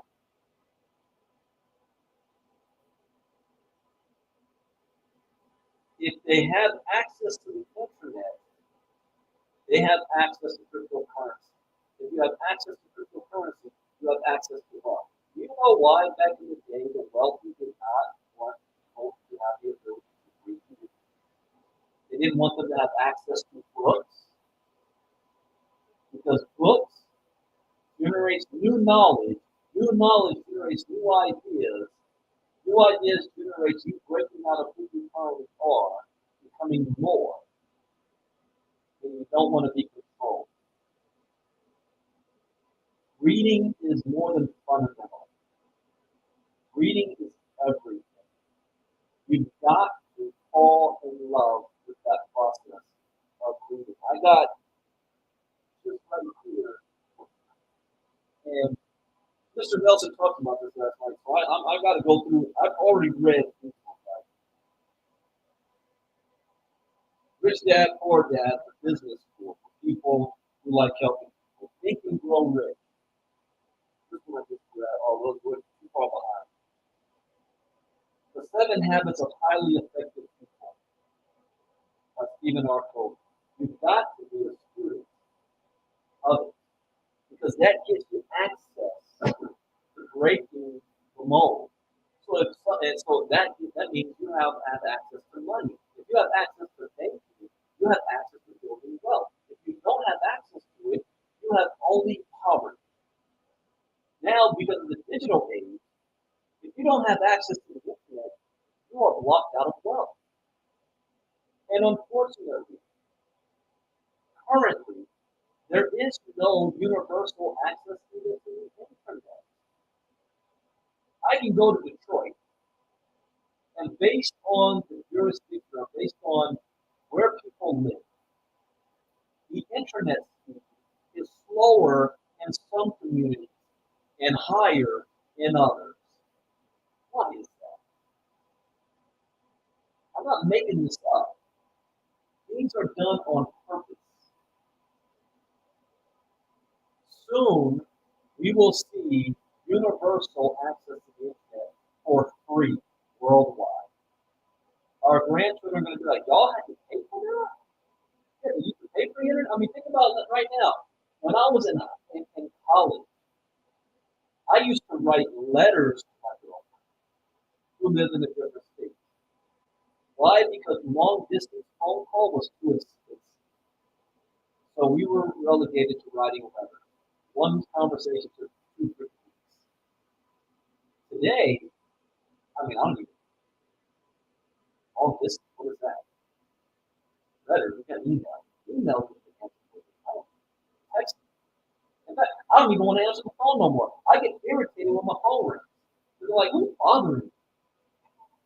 Back in the day, I used to get excited when my phone rang. Oh, somebody new to talk to. You guys remember that? I remember when I got I thought I was a big boy when I got my own phone line in my room. I still lived with my parents. I was in school. I thought I was the man. I had caller ID, the physical caller ID, so I could see who's calling. I used to answer the line, even though I see the caller ID, who it is. Or I'd be like, talk to me. I look back at some of the dumb stuff I did. Anyway, I was excited about that stuff. Now, my phone rings to my grandfather. And then I'll decide I'm going to call you back. I know I'm not the only one. But anyway, Internet access. All you need to do is have internet connection. You got an internet connection, you have access. I'm not gonna I'm not gonna say that out loud, but Miguel's right. He always calls me while I'm in the middle of pickleball. He did it today. He did it last night while I was doing the 5-day challenge. Oh, that's funny. And he ain't on here, so I can make fun of him. Urso, you just Urso, you just hung up with him. That's hilarious. Now I gotta tell Peter about that. That's funny. So you had a baby blue princess phone with a light up dial. Well, back in the day, when my freshman year at Morehouse, 1994, we had every floor we had a payphone, and that's how I was like we were back in jail or in prison or something, and it took us a while to get our phone lines input into our room. And if you had a phone line in your room, the first ones, you were the man. It was, and then if you had caller ID, and back in those days, the thing was before ringtone, we didn't have ringtone, but what we did have was voicemail. Now, how many of you, I know I'm not the only one, have music playing, right? And I'd be like, yo, it's Brandon, I'm not here right now. But I wait a couple of seconds to let the beat drop, I'd be like, this is exactly wrong. Something stupid like that. And hang up. Now, people will call just to hear the voicemail message, or just to hear your voicemail. Who had the coolest song? Then when cell phones came out, it then became about ringtones, right? I never really got into that. I had different people that would do that. They called me, the phone had a different ringtone. So I know if I'm going to keep up now with them or not. So different people got ringtone. I got Marnita's got a ringtone on my phone. So I know if my family's calling, if this one's calling, if that's calling, that I pay attention. But that's not even necessary anymore either. You got scammers are being blocked. What do they call it? Potential scam or whatever. I got that card on my phone. Anyways, yeah, tonight I'm really going on. Blockchain blocks require majority agreement to be valid. So you remember that? Music in the background? That's right. Oh, or the kids that see the phones that's attached to the wall. Like my kids, we were watching, what is that? Stranger Things. And of course, Stranger Things is set back in the 80s, early 80s or late 70s. And the phone on the wall was a cord. So if you wanted to talk, you could only go as far as that cord would go. And my kid is like, what is that? He looks at the phone jack, and he's like, what is that? I said, that's a phone jack. What do you mean? What do I mean? It's like, that's how you plug in the phone to the phone call. How many of you still have a home phone? Do you still have a home phone number? I actually do because it came with my cable service, and I don't even know that phone number. I forget I have it sometimes because randomly, I'll get the scammers that will call and try to solicit, and it pops up on my TV. Somebody's calling. Somebody's calling. Oh, what? But now everybody's got a cell phone. My parents still have a home phone that's never really used. In fact, my mom's got it forwarded on her cell phone. But that's being phased out. Every person in your house now, over the age of what, 10's got a phone and their own phone number. Which is kind of bad for a cell phone. I asked my son, what's my telephone number? I don't know. What's your what's Nana's number? I don't know. I just pulled it up on the phone. If you didn't have a phone and you needed to know the number, can you get the number? No. But then I think about it, can I? I don't even know my son's cell phone number. But I got it in my phone. I'm the one that's paying for it, but I don't know this number. I don't have to memorize. And then you know this, I have the intro. Ooh, I have that too. Jodeci?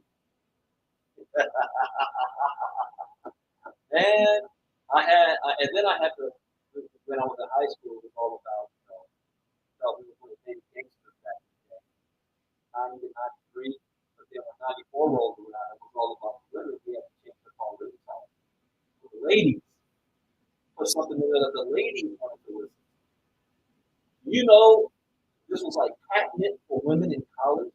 I don't know, I was playing my house. If you had a TV, a VCR on Thursday night, on TV on Thursday night, Martin and what was it? Before Martin, uh, not the Martin. I forgot that show about Whitney and Wayne Wayne. Say that again. Not Living Single. The one where they're in college. A Different World. You had A Different World. You had Martin. And then after that, you had New York Undercover and some pizza catnip for one. Or if you had a VCR, you had a Lion King. Freshman college women love the freaking Lion King. We didn't understand it. They loved it. And if they found out we got that, we oh none of this is recorded on. There was no blockchain back then or social media to record all this shenanigans. But anyway, we're not going to believe that. That's the blockchain. It's a catnip for women. Blockchain blocks require majority agreement to be valid. What makes the blockchain so secure is the fact that it is distributed. There are multiple live versions of each blockchain. If somebody is able to tamper with even one block on his live version of the blockchain, then everyone else will instantly see that it doesn't match up with the other live version, and it will be discarded. As long as more than 50% of the live blockchain versions of nodes agree on something, the versions that are different are identified as false and ignored. This all happens very, very quickly. So what makes a blockchain secure? Well, blockchain blocks are secretly immutable. Every 10 minutes, a new block is created on the Bitcoin blockchain. This block is filled with data of recent Bitcoin transactions.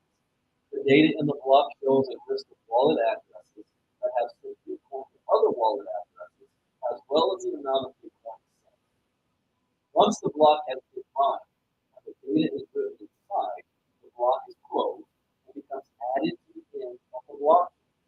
At that point, it is almost impossible to edit, modify, or remove. It's like writing in wet cement. And once the cement hardens, the information written will be there forever.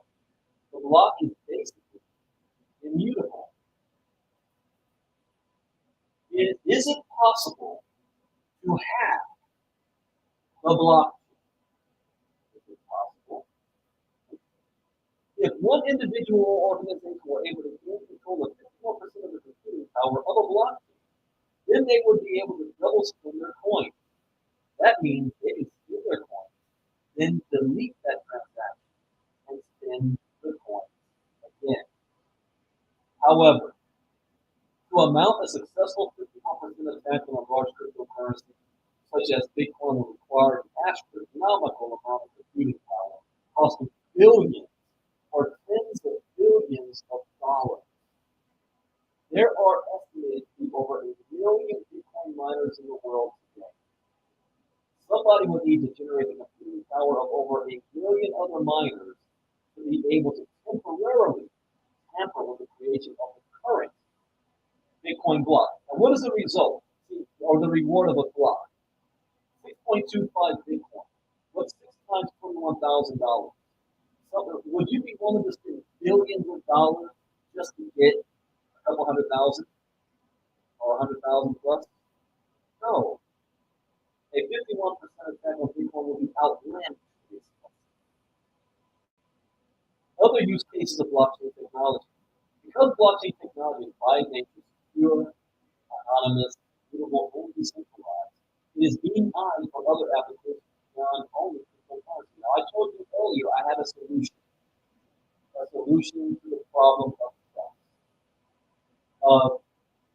even not being able to trust facts. I went into that in crypto talk, talked about in today's age, even facts are being questioned. If one political party says the sky is blue, the other political party will say, no, it's not, it's green. And give some scientific reason to justify it. So we can't even agree on a set of facts anymore. But we need something that everybody can agree on, regardless of your beliefs. What if we use the blockchain to cast votes? In the United States, one of the most heated topics right now is, can we trust our elections?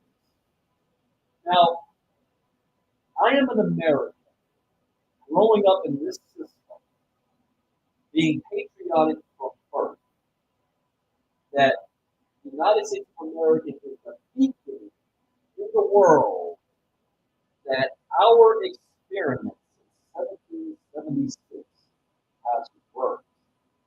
Our way of doing things works. Where every 4 years we have had the change of power, or 4 to 8 years, without shooting a freaking weapon, a bloodless or any type of blood or bloodless coup taking place. Where if you, I love I'm a student of history, I'm a Paul Sanders, so I know American history very, very, very well. But for those of you who do not, go watch Hamilton and what George Washington did when he told Alexander Hamilton that he's not running for re-election, and the way that King George reacted to that, like willingly stepping down from power, willingly, and they're going to do this every 4 to 8 years. It is amazing what we have right now.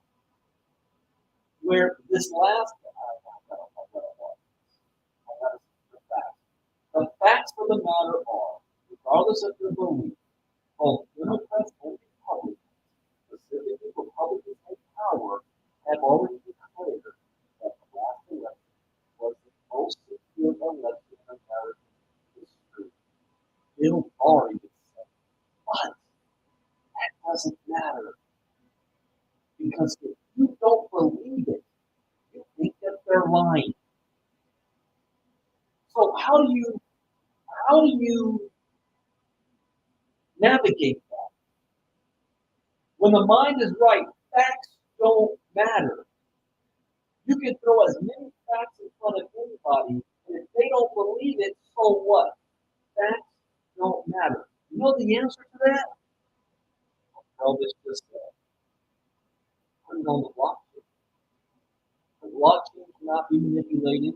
You're not going to have dead people voting. You're not going to have illegals voting. You're not going to have tampering. You're not going to have, false electors, fake electors. You're not going to have people in one state saying something different, changing. None of that matters. It is based on math. It can't be changed. So whether you're a Democrat or a Republican, you will be able to trust the blockchain. Because the blockchain is not political. And I promise you guys, I am not taking the political side. Even no matter what I say, somebody's not going to like what I have to say. That's how polarized we are as Americans right now. But let me tell you something. As great as the blockchain is, putting it on the election will be the last. Why? Because neither the Democrats nor the Republicans, powers that be, will want to have voting on the blockchain. Well, doesn't it make sense? Don't we want to have fair and immutable elections? Well, why would they not want it on the blockchain? That's a great question. And that question answers itself. Why would you not want to put ultimate fair elections on the blockchain? Because both sides are also yes for their own reasons. That's as far I'm going to get into. What about using the blockchain to keep track of medical data? That is huge. I'm running out of time, so I can't go into this in detail. That's right. Both sides. We've got one side that we've got a president that is, I mean, he doesn't even know what the hell he is or what he's saying half the time. We've got the other side who says, if I lose, it's because the system was rigged. That's the only reason why I can lose. How do you? What about if you use a blockchain to keep track of the supply chain of food? Imagine going to the grocery store. And if you go to the grocery store and you pick up fruit, how do you trust that that fruit doesn't have chemicals, GMO products, and stuff that's not helpful? What if you were to scan a QR code and you scan that code and it tells you where that vegetable plant or food was first planted in the ground, and you track it from the inception of the ground all the way to being picked, to being delivered, what country it came from, how long it took to get to your store in your hand. Talk about the ultimate recall of supply chain. Huge. What about using it to store authentic pieces of digital art? We're being streamed right now in the Meta universe and the metaverse on Voxel. And you can create NFTs, which is you can create anything in real life, create it virtually, and sell it for real world money. But the blockchain allows you to track that. The internet, I need to incorporate this point. What's the difference between the internet and the blockchain? The internet is an information highway. It's a transfer of information and data, and it's sending copies. So multiple people have copies. That's why it was illegal to stream video. It was illegal to share music. You don't own the music. You're stealing from the artist because the other person doesn't have to pay for it. But the blockchain is not just a transfer of data and information. It is a transfer of ownership digitally. See, people have the same problem with this concept with email. Why am I going to use it? What's wrong with the mailing system? Why am I going to use email? I can't physically send something to email. But the blockchain and the internet, same type of thing. Only now you can physically transfer ownership digitally. It is no more. If I get a record deal, I'm getting out. That's my break. If I get this record deal, you don't need a record deal anymore. You can make NFTs off of your music. Go onto the metaverse or the NFT open marketplace and sell your product directly to the consumer. There is a medium that I'm hooked on. I love this group, Country Wayne. Country Wayne probably makes more money than most of the top comedians out there right now. And they haven't figured it out yet. People have their frustration of people understanding your comedians, understanding Country Wayne, is the same frustration I have with people in crypto, not understanding that if you sell picks and shovels, you're going to make more money than any opportunity that you are out there. Faison Love was making fun of Country Wayne and saying, he ain't making all that money. He's not making all that money. He's a YouTube guy. There ain't no money to be made on YouTube. Let's think about this for a second. If you have a sitcom on TV, like I Love Orville, Orville, 10 episodes or so, 13 episodes, and you get paid for those 10 episodes. The 10 episodes are stretched out over 2 or 3 months, right? And you get paid $450,000 or $200,000, or if you're really lucky, $1 billion per season for 10 to 15 episodes. And how do they say how much you're going to get paid? By how many people are watching the show. Because advertisers are basing what they're paying on your viewership. That's why Donald Trump is so before he became even after president, so involved in, obsessed with ratings. What are the ratings looking like? If the ratings are higher, that's more money that the advertiser have to pay because they need to pay. They want to get it on where the eyeballs are. Why do you think when the Super Bowl happens, Super Bowl commercials cost millions for a 30-second set and a normal regular day? Because they have eyeballs watching. So if Percy Blake is dropping 3 videos a day on YouTube that only last 3 to 4 minutes long, it's not about the length. How many eyeballs is watching that? And he's pulling anywhere between 300 to 500,000 people per clip. And every clip has advertisement on it.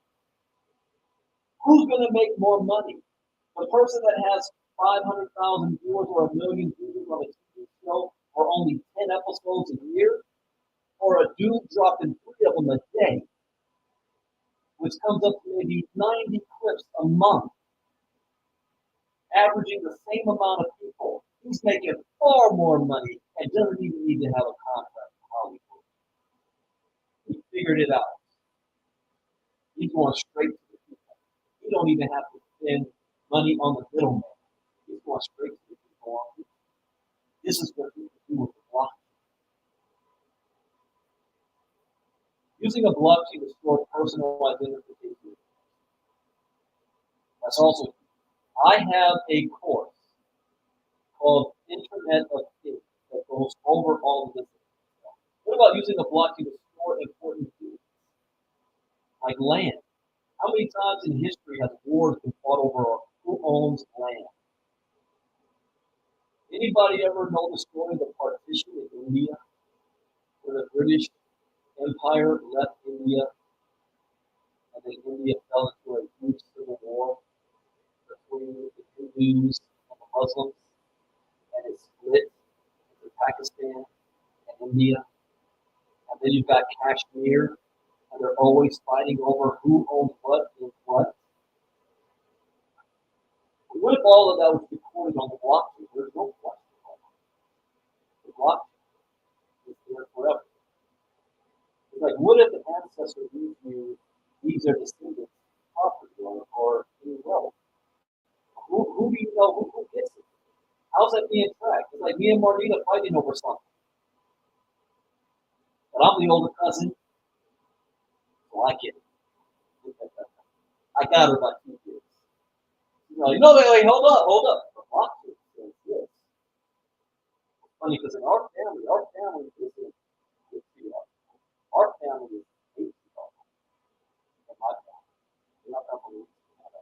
It's patriarchal. It's weird. We always, it's the man. No, it's the women that run things. But what about using the blockchain to store important? All right, now as a disclaimer, this information is intended for education and training purposes only and should not be considered investment advice. As with all financial decisions, you should contact the advice of a financial advisor before investing in any financial instrument. So like last night, this was not a traditional day 2 of our 5-day challenge.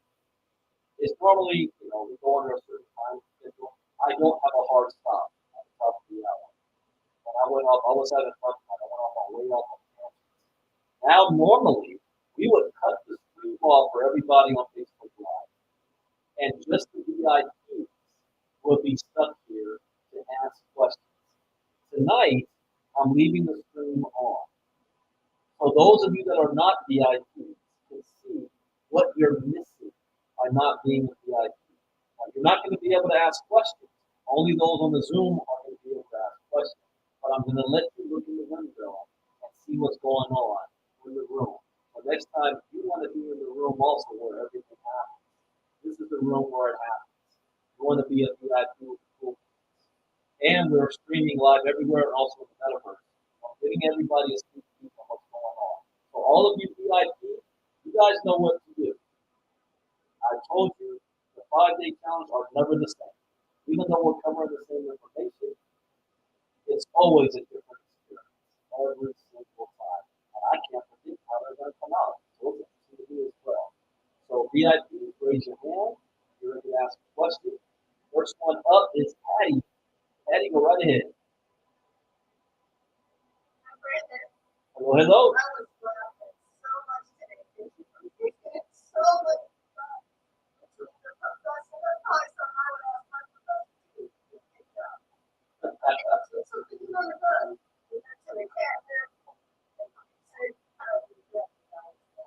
Was I wrong though? I mean, you were around in the '90s. You know what women like.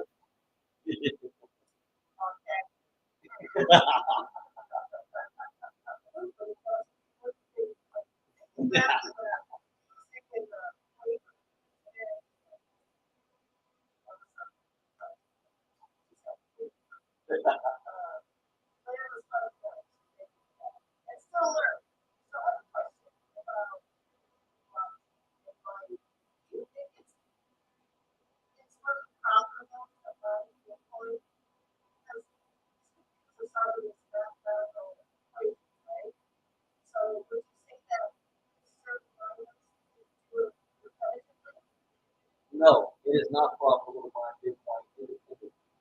And if you wanted to say, I'm going to go out there and I'm going to stand money on equipment, hold it in my home, and start mining Bitcoin, it's not going to work. There'll be a very long time before your miner will actually gets that reward. Currently, today, Bitcoin mining is done in pools. So you have big corporations that own big, huge facilities and equipment. And it's not just one person, it's an organization. They all put in on it and they share the revenue for it. Soon it's going to get to the point that only people that buy Bitcoin will be governments. Governments will have the resources and the energy to provide. Like the Hoover Dam, and you hook up Bitcoin miners next to the Hoover Dam. This happened in China, one of the largest dams in China.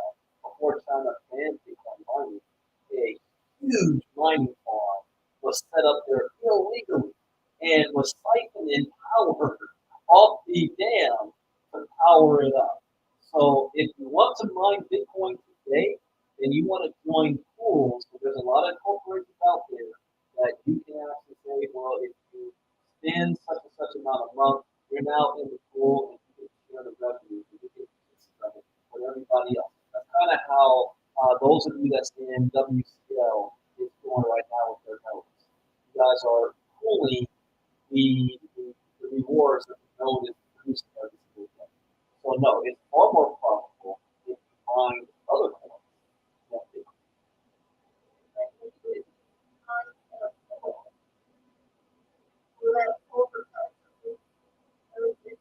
Yes, the power resources. Correct. Correct.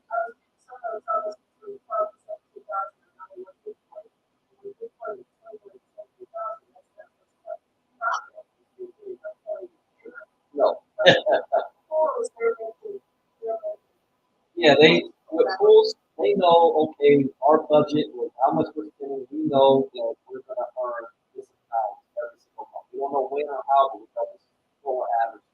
What happens when the market comes down and the energy costs still up, now you're cutting into the profit market. And then it's not profitable for them to buy Bitcoin unless they're thinking long term. If they're thinking long term, they'll say, we're going to continue to mine regardless of the cost of price because we know where this is going to go in 5 years. But only pool mining has the resources to do that. They can say, we'll take a loss for 6 months because we know we're going to make it up on the back. But a lot don't have that ability. So they may shut down for a season. We're going to shut down operations for a year. We'll come back to it. We'll switch to mining something else. So all the equipment they have is switched to, okay, we're going to mine a different class. Or we'll mine dirt or whatever else they'll have. That makes sense? Yeah.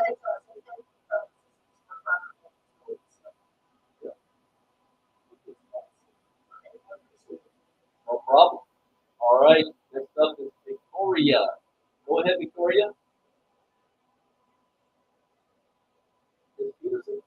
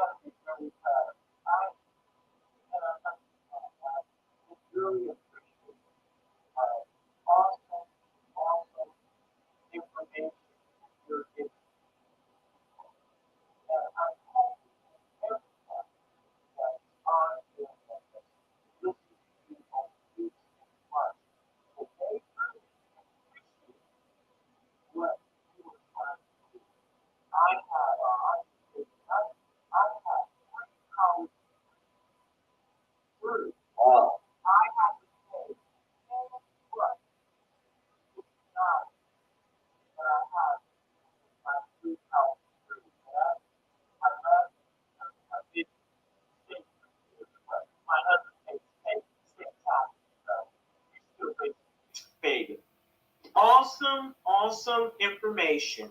Really. Just awesome. I'm sorry, that's my son. No But problem. anyway, here is my quick question. Um, I'm a person of color. My question is, we speak a lot about what is happening in the European countries with crypto. Can you share with us, you know, information? How do we reach out to the runaway?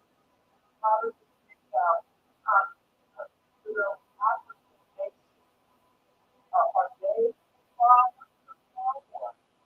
How do we, I don't want to, I don't want to miss it. And you know what I mean by doing this? Like you said, it's not supposed to, we're giving help. It's supposed to help with, the service and the live and the pad to get the goal. And some of us listening, brother, I'm listening to your house. I'm listening to what you're saying. So I also too, particularly where I live, today I know the North Carolina to talk to the person Over there about getting involved with this industry. And I've been out into the community. So I'll stop talking, but Yeah, I got a good answer for you. Awesome job.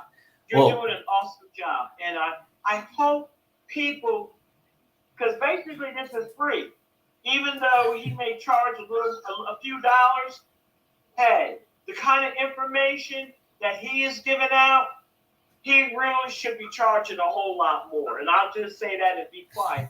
But if you could tell us a little bit about what's happening in Africa with some of those countries. And can we here in the United States, is there a way that we can reach out to them to get them involved? All right, great question. Well, first, much appreciated about the comment about my mom. I actually interviewed my mom a couple of months ago, so everybody had a chance to see, you know, her excitement and enthusiasm for what I've done and where I am today. Much appreciated. The comment about Africa, here's a reversal. The people in Africa know more about Bitcoin and cryptocurrency than African Americans do here. So it's not us reaching out to them. They're the ones that's actually reaching out to us. And here's the reason why this is taking place. We're privileged living in America. Most African Americans right now believe that this is a path. And we have access. We can work for it. We can go to school, you know, there's no segregation anymore, there's no slavery. Yes, there are still a host of issues that we still have to work with in our country when it comes to diversity. But we have this. In Africa, they do not. They do not have the same access that we do. They do not have the same internet access. They do not have that same access to banks. They have a far higher concentration of people that are unbanked, which also means they're far more hungrier than we are here in America. And when an opportunity comes to them, when an African American looks at them like, what are you talking about? I'm not messing with that money. Cash is king. That's a scam. That's a Ponzi scheme. Ain't nobody talking about that. So you bring that to somebody in Africa, they see opportunity. They see this is finally my way out. This is my opportunity to be in the banking world, in the system. And they have nothing but time and they're hungry for to learn it. You've got Akon out there that is building Wakanda right now. He's building an entire city that's going to be run on crypto. You know my crypto education? The first place was not an American university. We're just now starting to have those conversations. But it was in South Africa and Nigeria that took my education first. While people here in America, I don't know if I want to pay $100 for crypto education. I'll just go to YouTube. Some Africans said, whatever the cost, we'll pay it. So, interestingly, it's reversed. They're far more ahead on crypto than we as, and I'm speaking as from the African American community, African Americans are. When I created Ivy League Crypto Academy, it was out of an abundance to bring crypto awareness, not just to my community, but to a certain class of people that are, in my opinion, are stuck in the matrix. I don't care if you're black, white, Latino, or Asian. We all want an opportunity. I want ILCA to be diverse as well. I want all opportunities for all people to be a part of it. It just is I haven't paid for any advertising. It's been word of mouth. I happen to be African American. So obviously we have more African Americans here. But feel free to reach out. So yeah, it's Africans, they're doing fine. We are behind now. And so what we have to focus on now is how can we reach our own people in our communities here? Who do we know in cities that have influence, whether they come from the churches, the community centers? I love what Jay-Z and what was it, the owner of Reddit, something did in Capri Green Gardens, where they brought, said, we're paying for physical education for the entire community. And he was chastised for doing that. Well, money would have been better spent doing something else. Why are you giving them? This is where the money's being made. So we need to get in contact with the leaders of the African American community. Tell them they need to contact Mr. Brandon Ivy and get on the phone with them and see how can we bring. If you, I'm telling you right now, if anybody could put 100 to 200 people in a room anywhere in this country, and we're going to talk about ILCA physical education, I will fly there and do it for them. You want to know why? Because you're also going to be using their link. Those individuals that get part of ILCA, you get paid to monetize your community and brought value to them. We need to be doing we need to have 500 plus people on this 5 day challenge. Nobody had to leave their home to be on. It Well, I just know a Bible part here in North Carolina. I put things down on Facebook yesterday. And you know me, I'm supposed to be other kids. So trying to learn how to use this technology and the flyer. As a matter of fact, your pictures probably all over there. The pictures I don't know. Because I put the picture out there and but every time the patient, the folks will write and get involved. I see that regardless of what you're saying also, I see that there is a need, a great need. Because by the time the light comes on, for a lot of people, the brand is going to be replaced. And they're going to be upset. But you know what? Here we all have an opportunity. And the information that you're giving it's just it's good. I'm surprised. I knew nothing about Christmas, but Over the last several months, and listening to you daily, your daily program, I have come a little ways. You're going to be proud of me, Mr. Brandon. You watch next year. If I can just hang in there and break that ice, you may be able to come to Raleigh, Durham in an audience of 100 people. well, if you can do more, that's better. But we got to start somewhere. And the beginning is this 5 day challenge because it doesn't cost you to have out of their comfort zone for 1 hour to hop on the computer if you're already on it and learn and go from there. So, all right, thank you. if you're honest with your single mothers that are at home, my husband and I, we are thinking of a brand new baby. So if you're women that are trying to look for ways of also being at home, trying to raise children, our children need us. The school system does not need to raise our babies. We need to raise our babies. But this is a good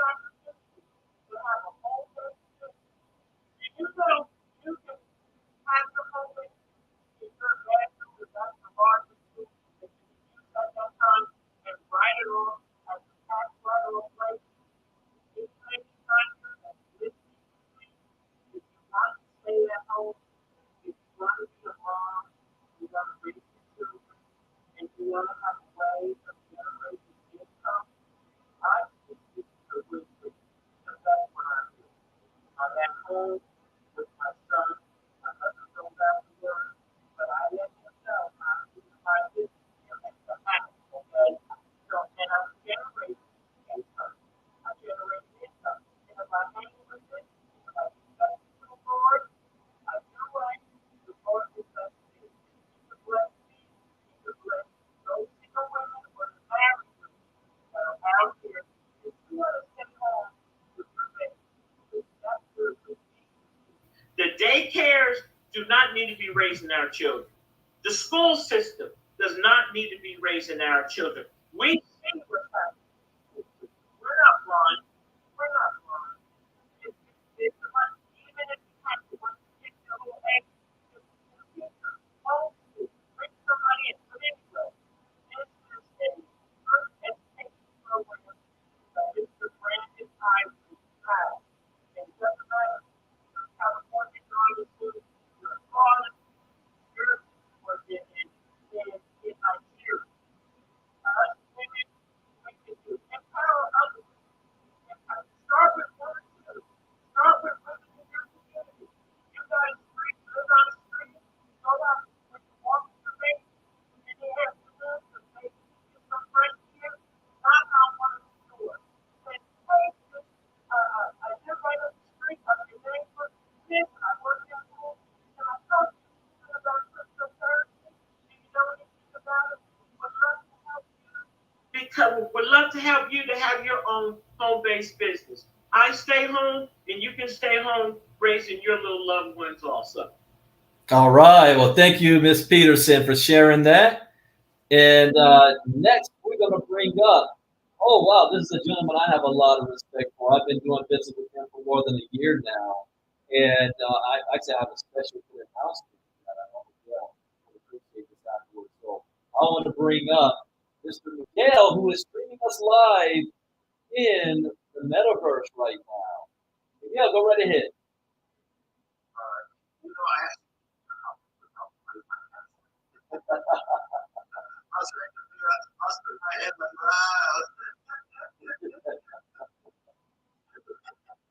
the guy that works with technology every single day, and I need to operate my hand on the phone.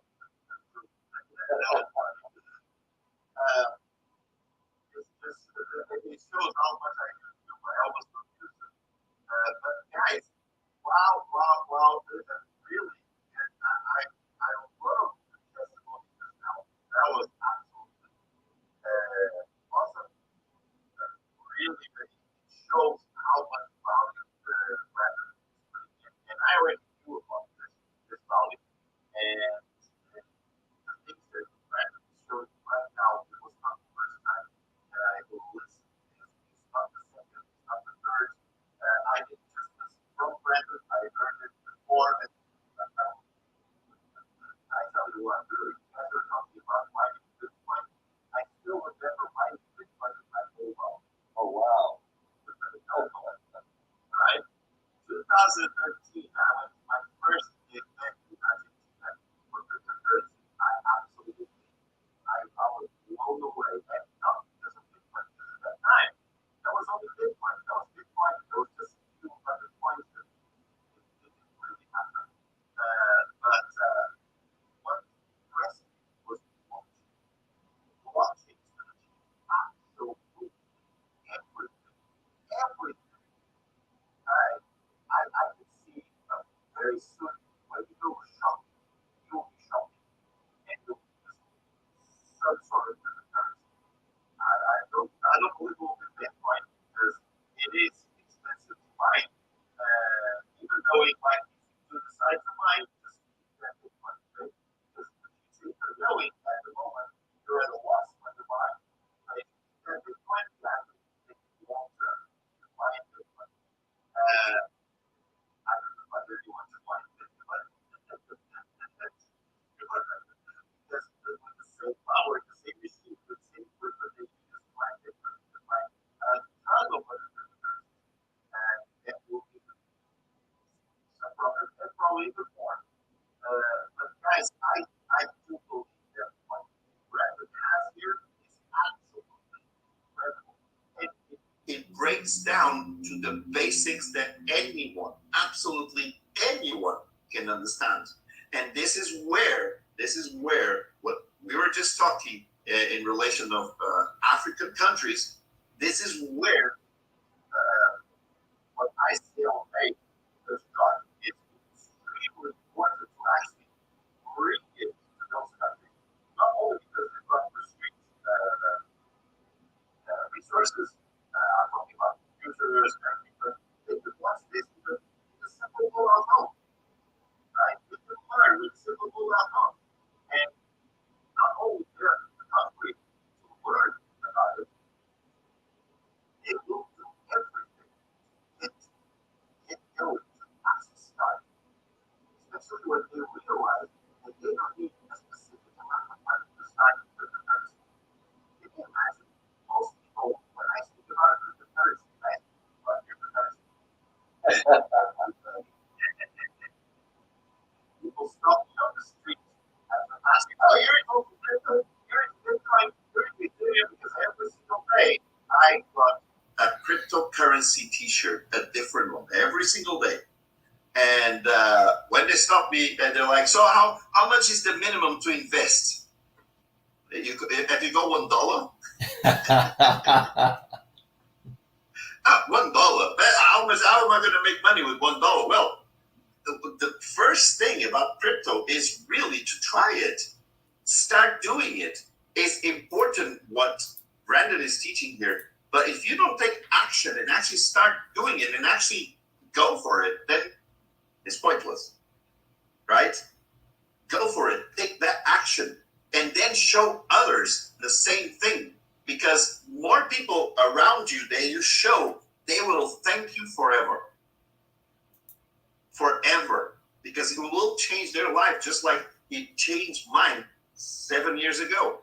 And that's another story. I can tell you that one day. Miguel's talking like he wants to be on the panel one day. I'm gonna have to bring you on to hear your story because most people don't know who you are. And I'm gonna do something.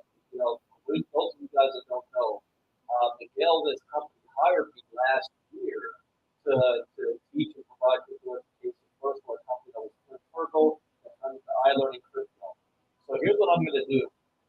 If you were a member of iLearning Crypto, the ILC community, which is funny because ILC name, if you are a member of the ILC community, you are a previous student of mine, which means that every single member of that community contact you get access to my courses at half off. I won't charge you full price. You get a 50% discount. I already have a link that's specially designed for that, but it's not out public. So anybody that's a prior student of mine, that means I don't care if you only purchased lane 1 or you went all the way through lane 5. Even if all you did was lane 1. I know Sherry's throwing her hands up like, what? Wait a minute, people. Hey, this is the discount for now. Even if all you did was if all you did was lane 1, you get it at 50% off. So you gotta send me a private message.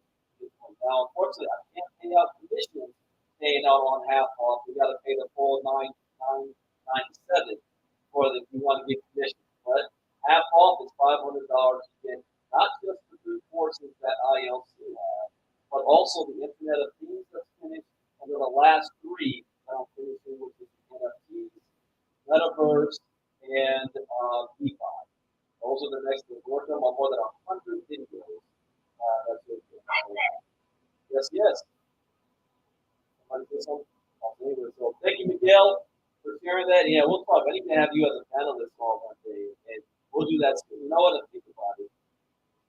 I can do that next month when we have a special group with Metaverse with Miguel as the panelist.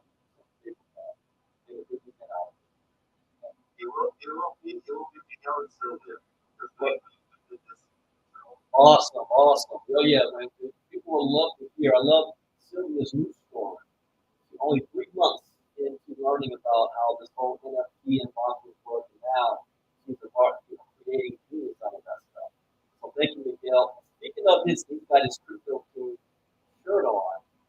guess what ILC also has?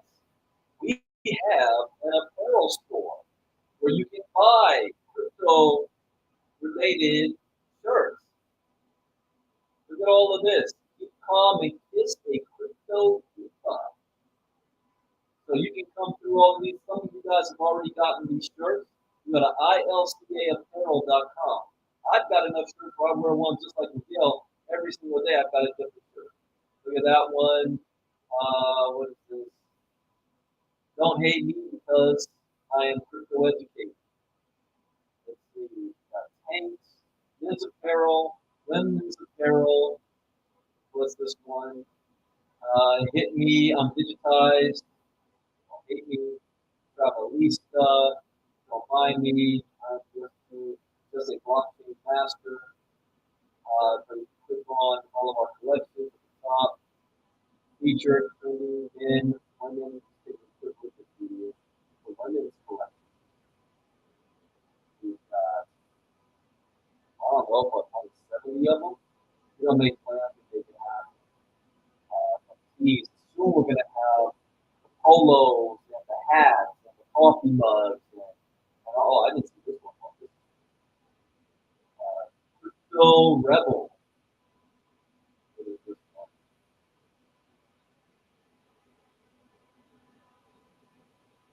Break the mold blockchain. So if you want any crypto shirts, Miguel, you love them? Over here, ilcaapparel.com. ilcaapparel.com. All right, speaking of Miguel. Yeah, I think yeah, it does. If not, we'll make a way. But yeah, just go to the site. You'll see. You can get it. All right. Next up, speaking of, we're going to go from one Miguel to another Miguel. This Miguel, I've been rocking with for a long time. How far back can we go? Maybe 2013 or 14. Mr. Miguel. Yeah, 2012, 2013. Yeah. So I want to bring up. Well, yeah, it was before Vitel. So we going back 2011. Man, 12 years. All right, well, let's bring up you guys here from Miguel Sanabria. Go ahead, Miguel.